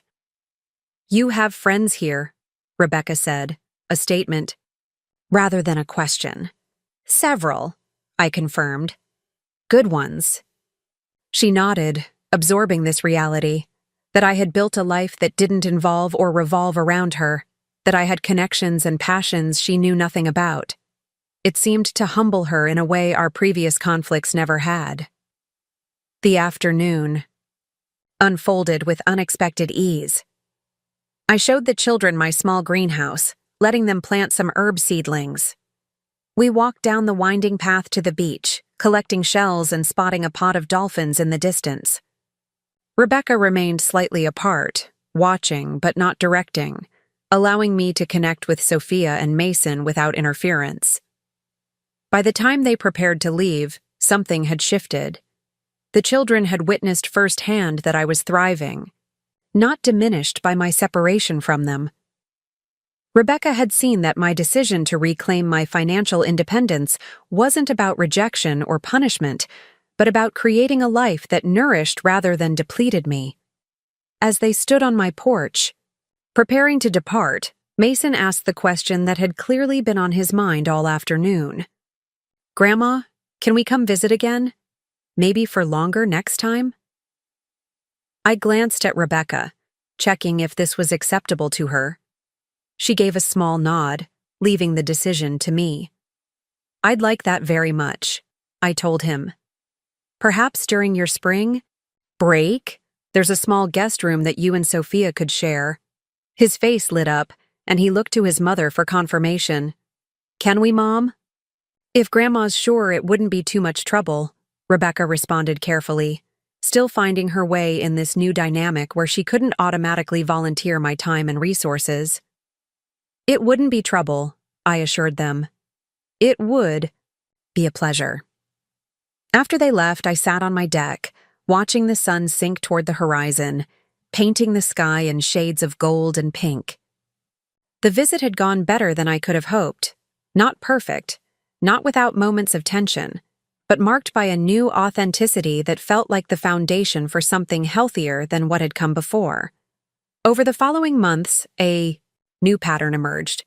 The children visited one weekend each month, sometimes with Rebecca, sometimes dropped off for grandma time without her. We established rituals, beach walks, baking projects with Mason, watercolor lessons for Sophia, board games on rainy afternoons. My cottage, once my solitary sanctuary, began to accommodate these visits without losing its essential character, as my space. Rebecca and I developed a more measured relationship, not the enmeshed dynamic of the past, but not the bitter estrangement of recent months either. We spoke weekly, usually about the children, but occasionally about our own lives. She shared her struggles with the divorce proceedings, her search for a smaller home, her tentative steps toward financial independence from Daniel. I listened without trying to fix everything, offering support without sacrificing my boundaries. 3 months after our reconciliation at the reading room, Rebecca called with unexpected news. "I've been offered a job," she announced, a note of pride in her voice that I hadn't heard in years. "A job?" I repeated, surprised. She hadn't worked since before Sophia was born, having transitioned from college to marriage to motherhood without ever establishing her own career. "With a nonprofit that provides art therapy for children in hospitals," she explained. "It's entry-level, and the pay is nothing compared to what Daniel made, but it feels right, using my marketing background for something meaningful instead of just selling luxury products to people who don't need them." "That sounds wonderful," I said sincerely. "When do you start?" "Next month, after we finalize the move to the new house.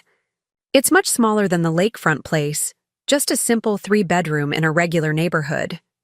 The kids are adjusting to the idea. It's been a wake-up call for them too, seeing how our lifestyle changes without Daniel's income and, well, without yours."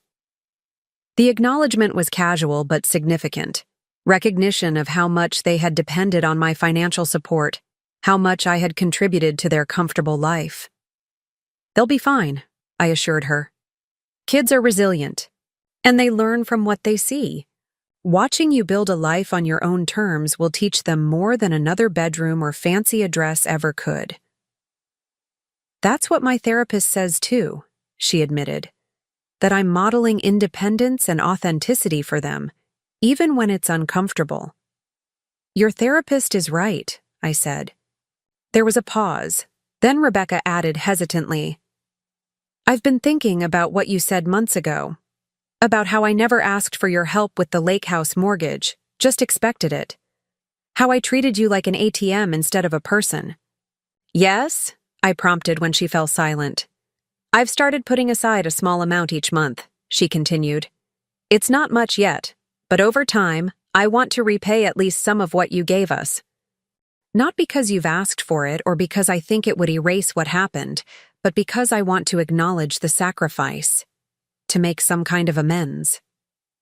I was momentarily speechless, moved by this gesture that represented not just financial restitution, but a profound shift in perspective.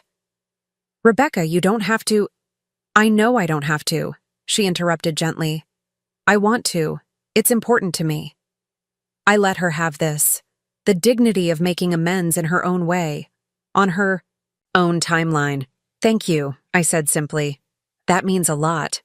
As spring bloomed into summer, my life settled into a rhythm that balanced solitude and connection, independence and relationship. I continued working part-time at Harriet's bookstore, finding unexpected fulfillment in connecting readers with books that might change their lives as so many had changed mine. My friendship with Jim evolved into a comfortable companionship, not the grand passion of youth, but something equally valuable: mutual respect, shared interests, and the quiet pleasure of having someone to share meals with and discuss the day's events. The children's spring break visit stretched from the planned 3 days to a full week at their request and with Rebecca's blessing. We planted the vegetable garden together, built a driftwood sculpture on the beach, and took a day trip to the nearby aquarium. In the evenings, we played board games or read together in the living room, the sound of the waves a constant backdrop to our activities. On their last morning, as we walked the beach one final time before Rebecca arrived to collect them, Sophia linked her arm through mine, a gesture of adult-to-adult affection rather than child-to-grandparent dependence. I'm glad you didn't give in, she said quietly, as Mason ran ahead chasing gulls. When Mom and Dad were trying to make you keep sending money and move back to Chicago and all that. It was a difficult time, I acknowledged, careful not to disparage her parents despite everything that had happened. I know, she nodded. But you showed me something important. That it's never too late to stand up for yourself. That you don't have to keep doing things that hurt you just because people expect you to. I squeezed her arm gently, moved by her insight. Those are hard lessons. I hope you won't have to learn them the way I did.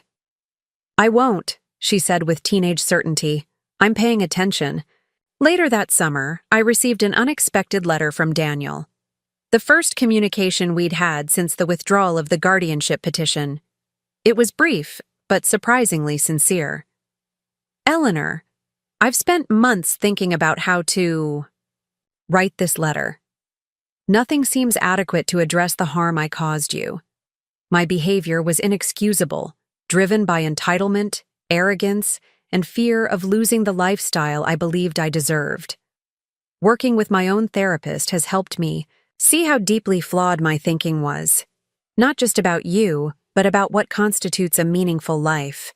I don't expect or deserve forgiveness, but I wanted you to know that I recognize the wrong I did and am committed to being a better person, especially for Sophia and Mason. With respect and sincere regret, Daniel.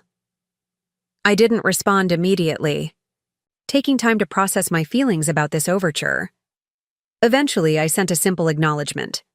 Daniel, thank you for your letter. I appreciate the apology and wish you well on your journey toward greater awareness. Eleanor. It wasn't forgiveness exactly, but it was a release, a way of setting down the burden of resentment I had carried. Not for his benefit, but for my own.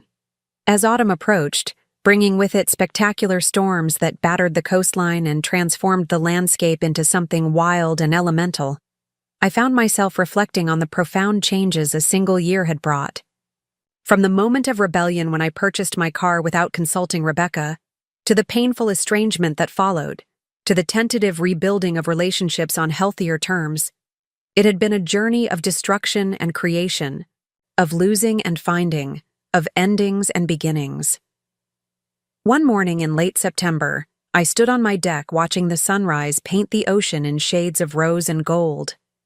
A notification chimed on my phone, an email from the community college in the nearby town, confirming my enrollment in their creative writing course. At 64, I would be a student again, pursuing an interest I had set aside decades ago when practicality demanded all my attention. As I sipped my coffee, savoring the quiet beauty of the moment, I felt a profound sense of rightness settle over me. Not happiness in the conventional sense. My life contained too many complexities and lingering sorrows for such a simple emotion. But something deeper and more enduring. The satisfaction of living authentically, of making choices that aligned with my values rather than others' expectations. The painful truth was that I had enabled the dynamic with Rebecca as much as she had perpetuated it. My endless giving without boundaries had taught her to take without gratitude. My reflexive self-sacrifice had modeled a distorted version of love that prioritized others' desires over my own well-being. Breaking that pattern had been necessary not just for me, but for her, for both of us to grow into healthier versions of ourselves. And we were growing, however imperfectly. Rebecca was building a life defined by her own choices rather than her husband's status or her mother's support.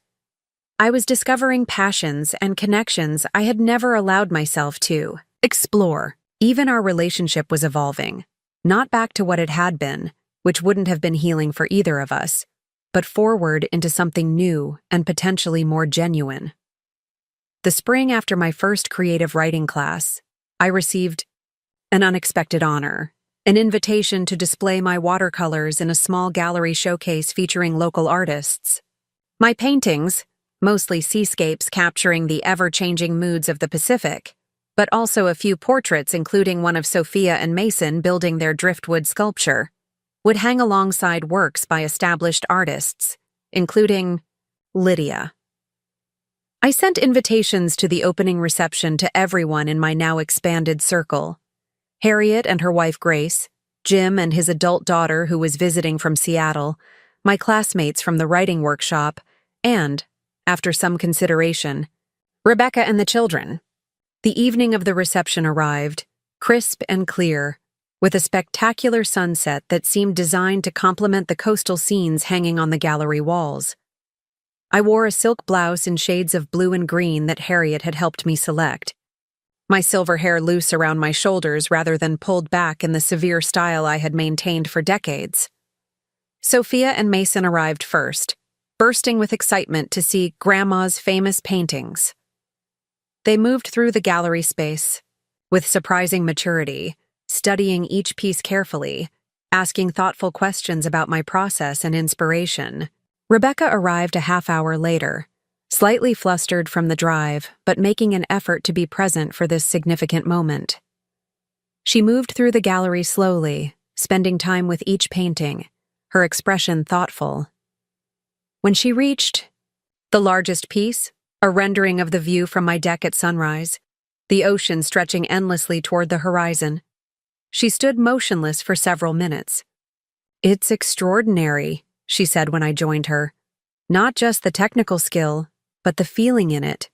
There's so much. Hope." "There is hope in it," I agreed. "I painted it during a difficult time, but even then I could see the beauty, waiting beyond the storm." She smiled, understanding the metaphor. "I'm so proud of you, Mom. Not just for the paintings, but for everything. For building this life that's so authentically yours." The simple words, "I'm proud of you," struck me with unexpected force. How long had I waited to hear something like that from my daughter? How many sacrifices had I made, hoping to earn exactly this kind of recognition? Yet now that it had come, I realized something profound. I no longer needed it the way I once had. I appreciated her words, felt warmed by them, but my sense of worth was no longer contingent on her approval. Somewhere along this winding path, I had learned to validate myself, to measure my choices against my own values rather than others' expectations. "Thank you," I said simply. "That means a lot." We moved together through the gallery, greeting my friends, accepting congratulations, sharing in the moment of celebration. Rebecca met Lydia, Harriet, and Jim, the people who had become my chosen family during the darkest period of our estrangement. She was gracious and genuine, showing real interest in their connections to me, acknowledging without resentment the significant roles they now played in my life. Later that evening, as the reception wound down and guests began to depart, I found myself standing on the gallery's small balcony overlooking the ocean with Sophia. The full moon cast a silver path across the water, the gentle spring breeze, carrying the scent of salt and wild roses. "Grandma," she said thoughtfully, "do you think people can really change? I mean, fundamentally change who they are?" I considered the question seriously, respecting the depth of her inquiry.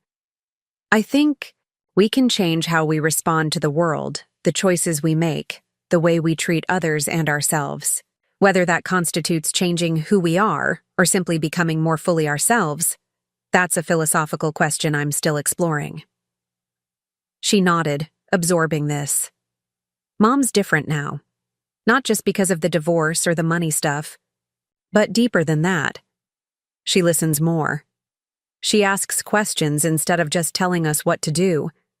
She admits when she doesn't know things." "I've noticed that too," I acknowledged. "I think." Sophia hesitated, finding her way through a complex thought. "I think what happened with you woke her up somehow. It was like she had this script she was following, about what success looks like, what motherhood means, how families are supposed to work. And when you tore up that script, it forced her to actually think about what she really values." The insight was startling coming from a 16-year-old, but Sophia had always possessed a wisdom beyond her years, perhaps born of witnessing the complex dynamics of our family, perhaps simply an innate quality of her spirit. "That's very perceptive," I told her. "And I think you're right. Sometimes it takes a significant disruption to make us question the stories we've been living by." "I'm glad you disrupted things," she said firmly, even though it was hard for a while. "I think we're all better for it. Mom, Mason, me, maybe even Dad eventually." I put my arm around her shoulders. This remarkable young woman who had somehow emerged from our family's turmoil with such clarity and compassion. "I'm glad too," I said softly. "Though I wish it could have happened with less pain for everyone." "That's not how it works though, is it?" She smiled wryly. "The important lessons always seem to hurt a bit." "Not always," I corrected gently. "Sometimes they come through joy, through love, through unexpected beauty. Those lessons can be just as powerful." We stood together in comfortable silence, watching the moonlight on the water, the eternal rhythm of waves against the shore. In that moment, I felt a profound sense of continuity, not the false continuity of repeated patterns and inherited dysfunctions, but the true continuity of wisdom passed forward, of lessons learned and transmitted, of growth that spreads outward, in ever-widening circles. I had begun this journey seeking only to reclaim my financial independence, to assert my right to make decisions about my own resources. I could never have anticipated how that single act of resistance would cascade into such profound transformation, not just for me, but for everyone connected to me. Standing there with my granddaughter, watching the moonlight paint silver paths across the endless ocean, I understood that what I had gained went far beyond money or property or even autonomy. I had gained myself, not the self I had been, before all the sacrifices and compromises, but a new self, one tempered by loss and strengthened by resilience, one capable of both firm boundaries and genuine connection. It was this self, authentic, unapologetic, yet still capable of immense love, that was my true inheritance. And it was this self that I would pass on to Sophia, to Mason, and perhaps even to Rebecca, not through lecture or demand, but through example, through living with integrity in the precious time that remained to me. The journey hadn't been easy. It had required me to face my deepest fears, to weather rejection and manipulation, to stand alone when standing alone seemed impossible. But as I looked out at the vast ocean stretching to the horizon, I knew with absolute certainty that it had been worth every painful step. When my daughter claimed I couldn't make decisions, she had inadvertently given me the greatest gift possible, the catalyst to prove, to her, to myself, to the world, that I could indeed make decisions, not just about money, but about my value, my boundaries, my very life. And in making that most fundamental decision, to finally put myself first after decades of coming last, I had discovered a truth that had eluded me for 63 years, that self-respect isn't selfish, that boundaries aren't cruel, that taking care of oneself isn't a luxury but a necessity, and that sometimes the most loving thing we can do for others is to stop enabling patterns that diminish us all. As Sophia and I turned to rejoin the others inside, I caught a glimpse of my reflection in the gallery window, silver hair gleaming in the moonlight, shoulders straight, eyes clear and direct. I hardly recognized this woman who looked back at me, so different was she from the diminished figure who had once apologized for buying herself a car. But I knew her. In some essential way, I had always known her. This strong, creative, unapologetic version of myself who had waited patiently beneath decades of self-sacrifice and accommodation. She had been there all along, watching, waiting for me to finally claim the life that had always been mine to live. "Ready to go back inside, Grandma?" Sophia asked, holding the door open. I smiled, both at my granddaughter and at the reflected woman who smiled back at me with such quiet confidence. "Yes," I said, stepping forward into the warm light of the gallery, surrounded by the art I had created, the friends I had chosen, and the family I was rebuilding on healthier ground. "I'm ready." A year after the gallery exhibition, I sat in the community college classroom waiting for the creative writing instructor to arrive. My second semester taking courses had evolved from a casual interest to a serious pursuit. At 65, I found myself jotting story ideas in notebooks while watching the ocean from my deck, revising essays late into the night, and reading craft books with the intensity of someone discovering a new world. Today was significant. We would learn which of our submissions had been selected for the college's annual literary magazine. I wasn't particularly hopeful about my chances. Many of my classmates were talented young writers with formal education in literature, while I was still finding my voice after decades of silence. When Professor Winters entered, her silver-streaked hair pulled into a casual knot, glasses perched on her nose, she carried a stack of literary magazines fresh from the printer. The glossy covers reflected the fluorescent classroom lights as she placed them on her desk with ceremonial care. "Before I distribute these," she announced, "I want to acknowledge the exceptional quality of work we received this year. The selection committee had difficult decisions to make." I shifted in my seat, reminding myself that the joy was in the writing itself, not external validation. Still, a small part of me, the part that had spent decades putting others' needs before my own, desperately wanted this recognition. The committee selected 20 pieces from over 200 submissions, Professor Winters continued. And I'm particularly pleased to announce that this year's featured writer, whose work opens the collection, is Eleanor Wilson for her essay The Price of Yes. A wave of applause filled the room as my classmates turned toward me with genuine smiles. I sat immobile, unable to process what I'd just heard. My essay, the deeply personal piece about the patterns of self-denial that had shaped my life, was not only selected, but featured. "Eleanor," Professor Winters called, "would you like to come up and receive the first copy?" I moved to the front of the room as if in a dream, accepting the magazine with trembling hands. There on the first page was my name, my words, my truth, offered to the world without apology or diminishment. The committee was particularly struck by the essay's unflinching honesty and universal resonance, Professor Winters explained to the class. Eleanor's exploration of how women are socialized to prioritize others' needs above their own speaks to experiences that cross generations.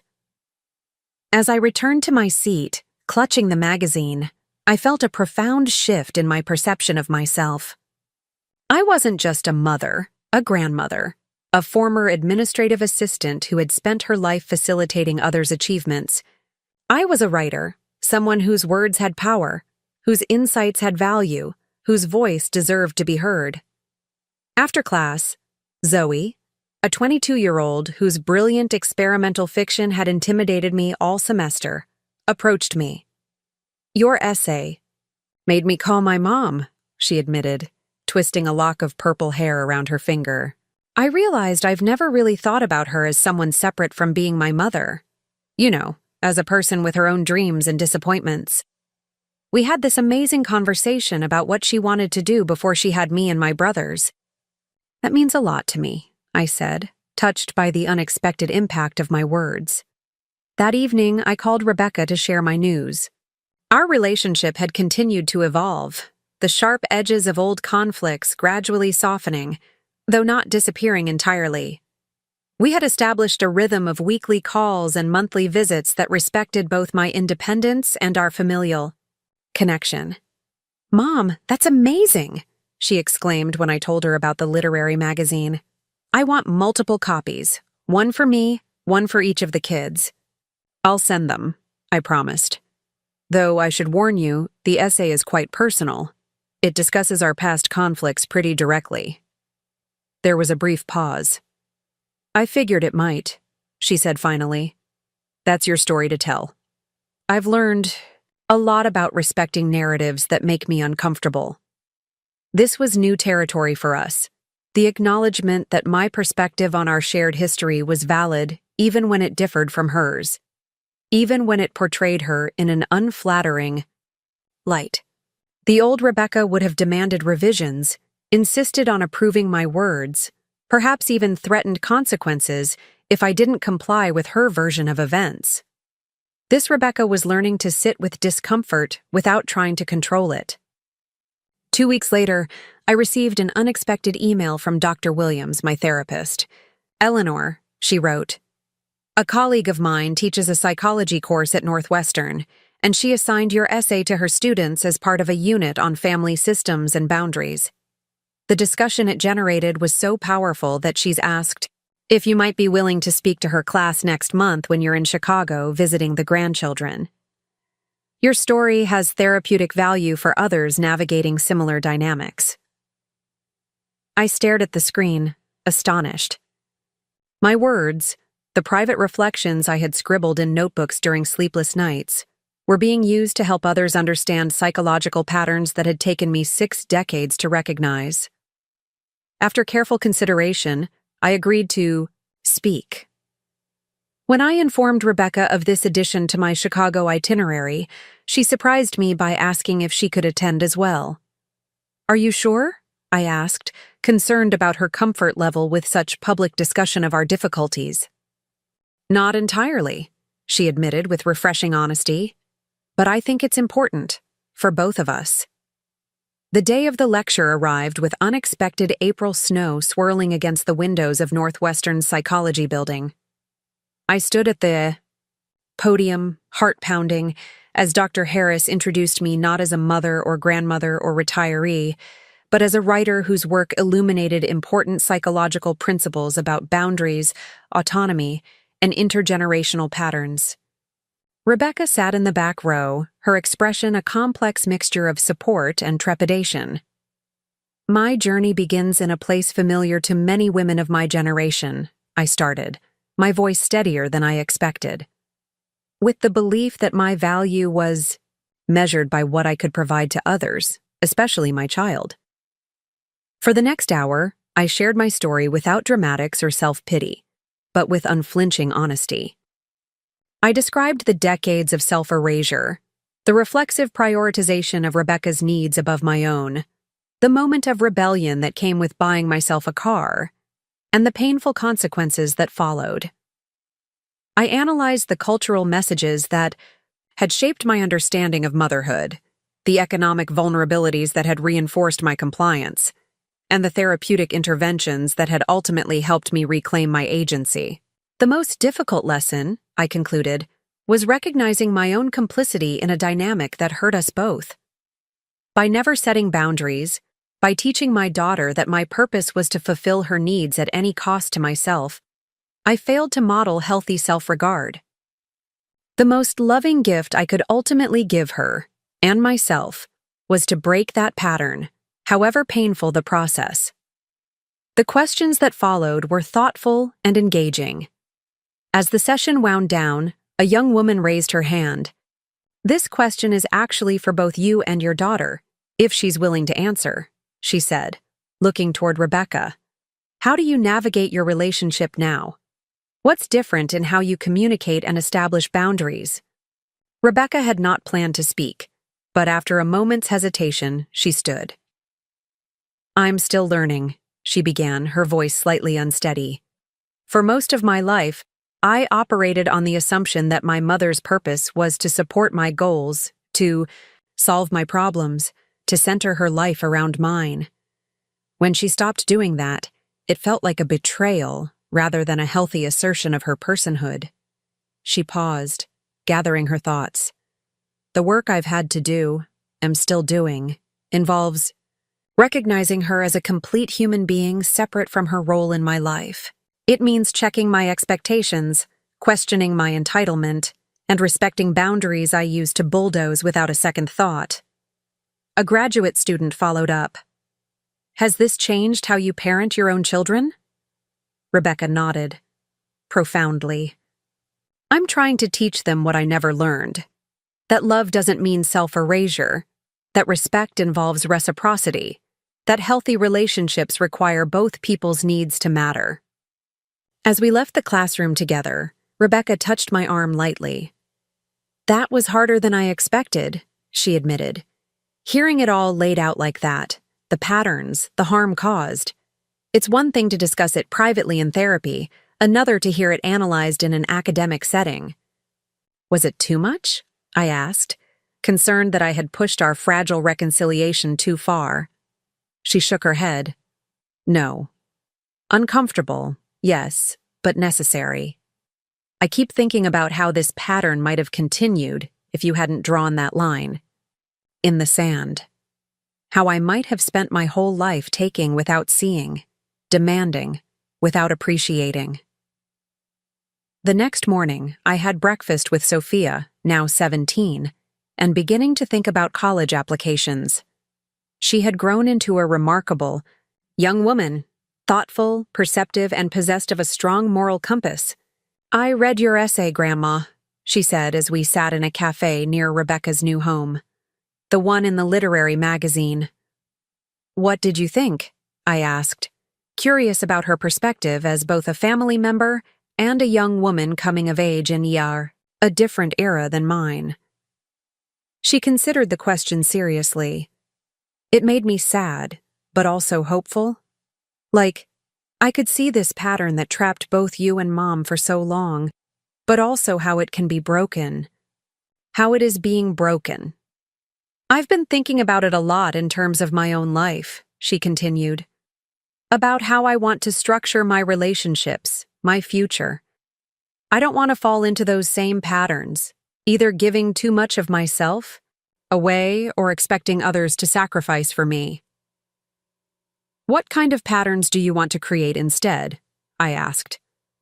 Her eyes lit up with the passion of youth envisioning possibilities.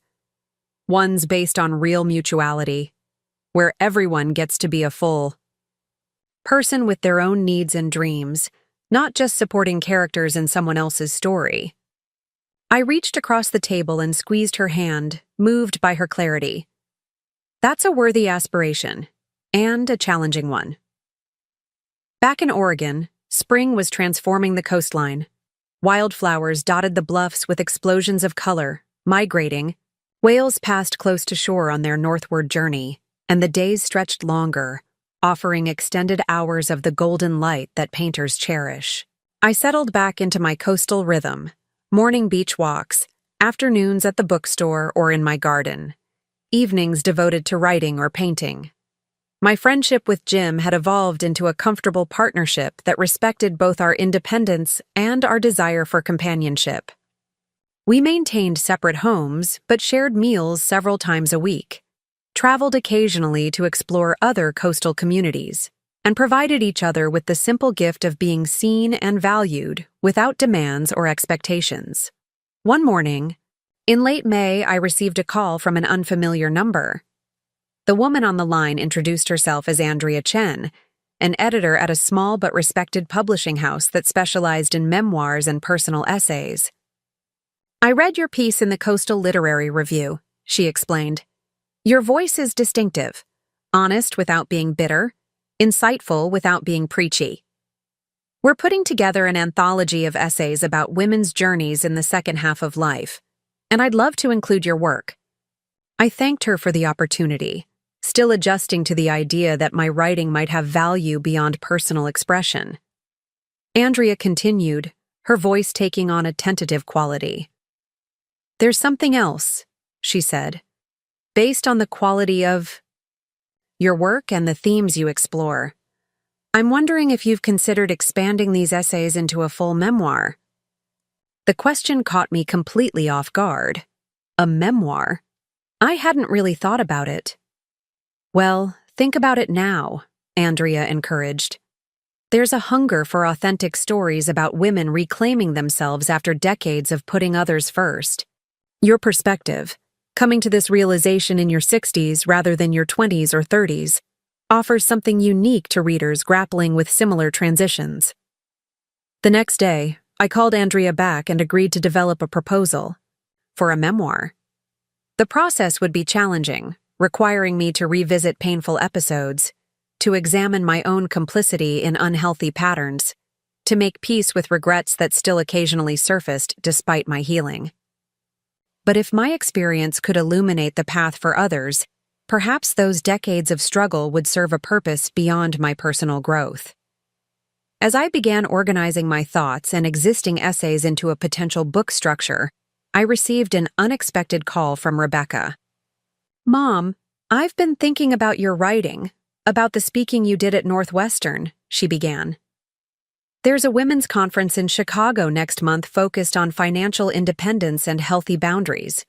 One of the organizers attended that psychology class where we both spoke, and she's asked if we would consider presenting together, sharing our story from both perspectives." The proposal was surprising, not just that Rebecca would want to publicly explore our difficult history, but that she would initiate such vulnerability. "Are you sure you want to do that?"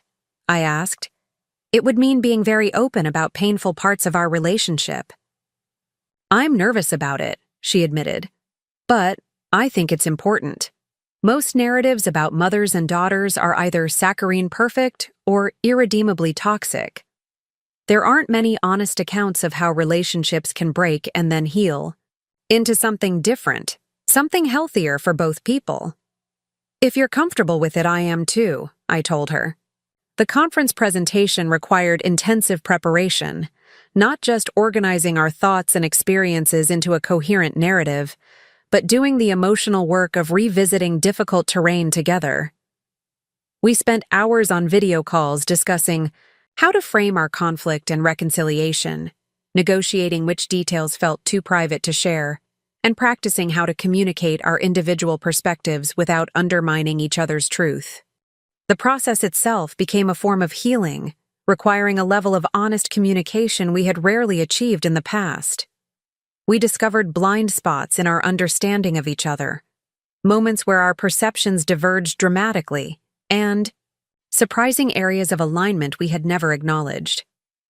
"I never realized how trapped you felt," Rebecca admitted during one particularly intense conversation. "I saw your constant giving as a choice, even a form of control. The martyr who Makes everyone else feel perpetually indebted. I didn't understand it was the only way you knew how to secure love. Her insight struck me with the force of revelation.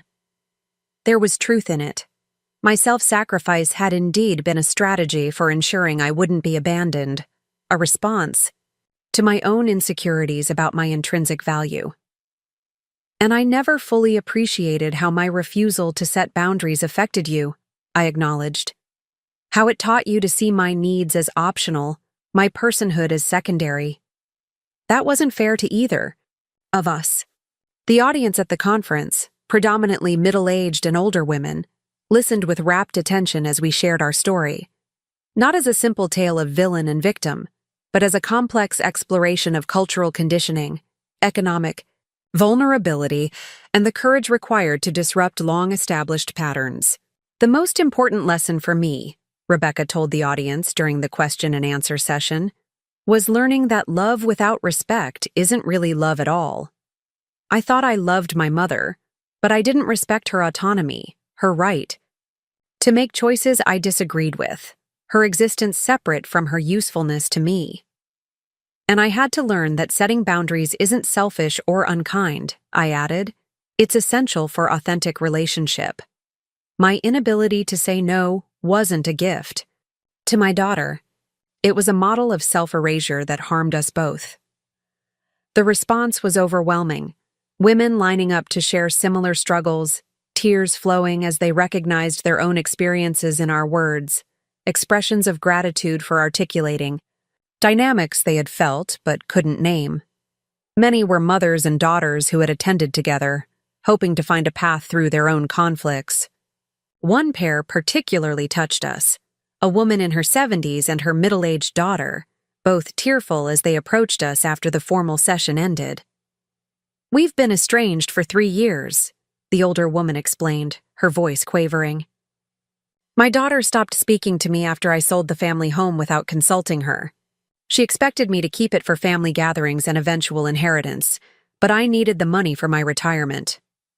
The younger woman nodded. "I felt betrayed, like she was discarding our family history, our traditions. But listening to you, both, I'm starting to see how entitled that perspective was, how I was prioritizing my attachment to a house over her right to financial security and independence." They had scheduled their first counseling session for the following week, inspired by our story to begin their own process of honest communication and boundary negotiation. That evening, Rebecca and I had dinner together, celebrating the success of our presentation and the unexpected depth of connection it had fostered between us. "I've been thinking about your memoir project," she said as we shared a bottle of wine. "Would you like me to contribute a chapter from my perspective? It might add dimension to have both voices represented." The offer moved me deeply, not just the willingness to participate, but the recognition that our story was stronger when it included multiple perspectives, rather than a single authoritative narrative. "I'd like that very much," I told her, "if you're sure you're comfortable with that level of vulnerability." She smiled, a genuine expression without the calculated charm she had once wielded so effectively. "I'm learning to be comfortable with vulnerability. It's more authentic than the perfect image I used to maintain." 18 months later, I stood in a small bookstore in Portland, looking at a display featuring my newly published memoir, The Price of Yes, Reclaiming Self After Decades of Sacrifice. The cover featured a photograph of the Oregon coast at sunset, waves breaking against a rocky shore, an image that captured both the beauty and the power of natural boundaries. Rebecca stood beside me, her pride evident as she arranged the books more prominently on the table. Sophia and Mason were there too, now 18 and 14, helping to set up chairs for the reading that would begin in 30 minutes. My sister Janet had flown in from Arizona for the occasion, along with her husband Bill. Jim was chatting with Harriet and Lydia near the refreshment table, these important pieces of my new life intermingling with the remnants of my old one. As people began to file in, some friends from the coastal community, others strangers who had read about the event in the local paper, I felt a momentary flutter of panic.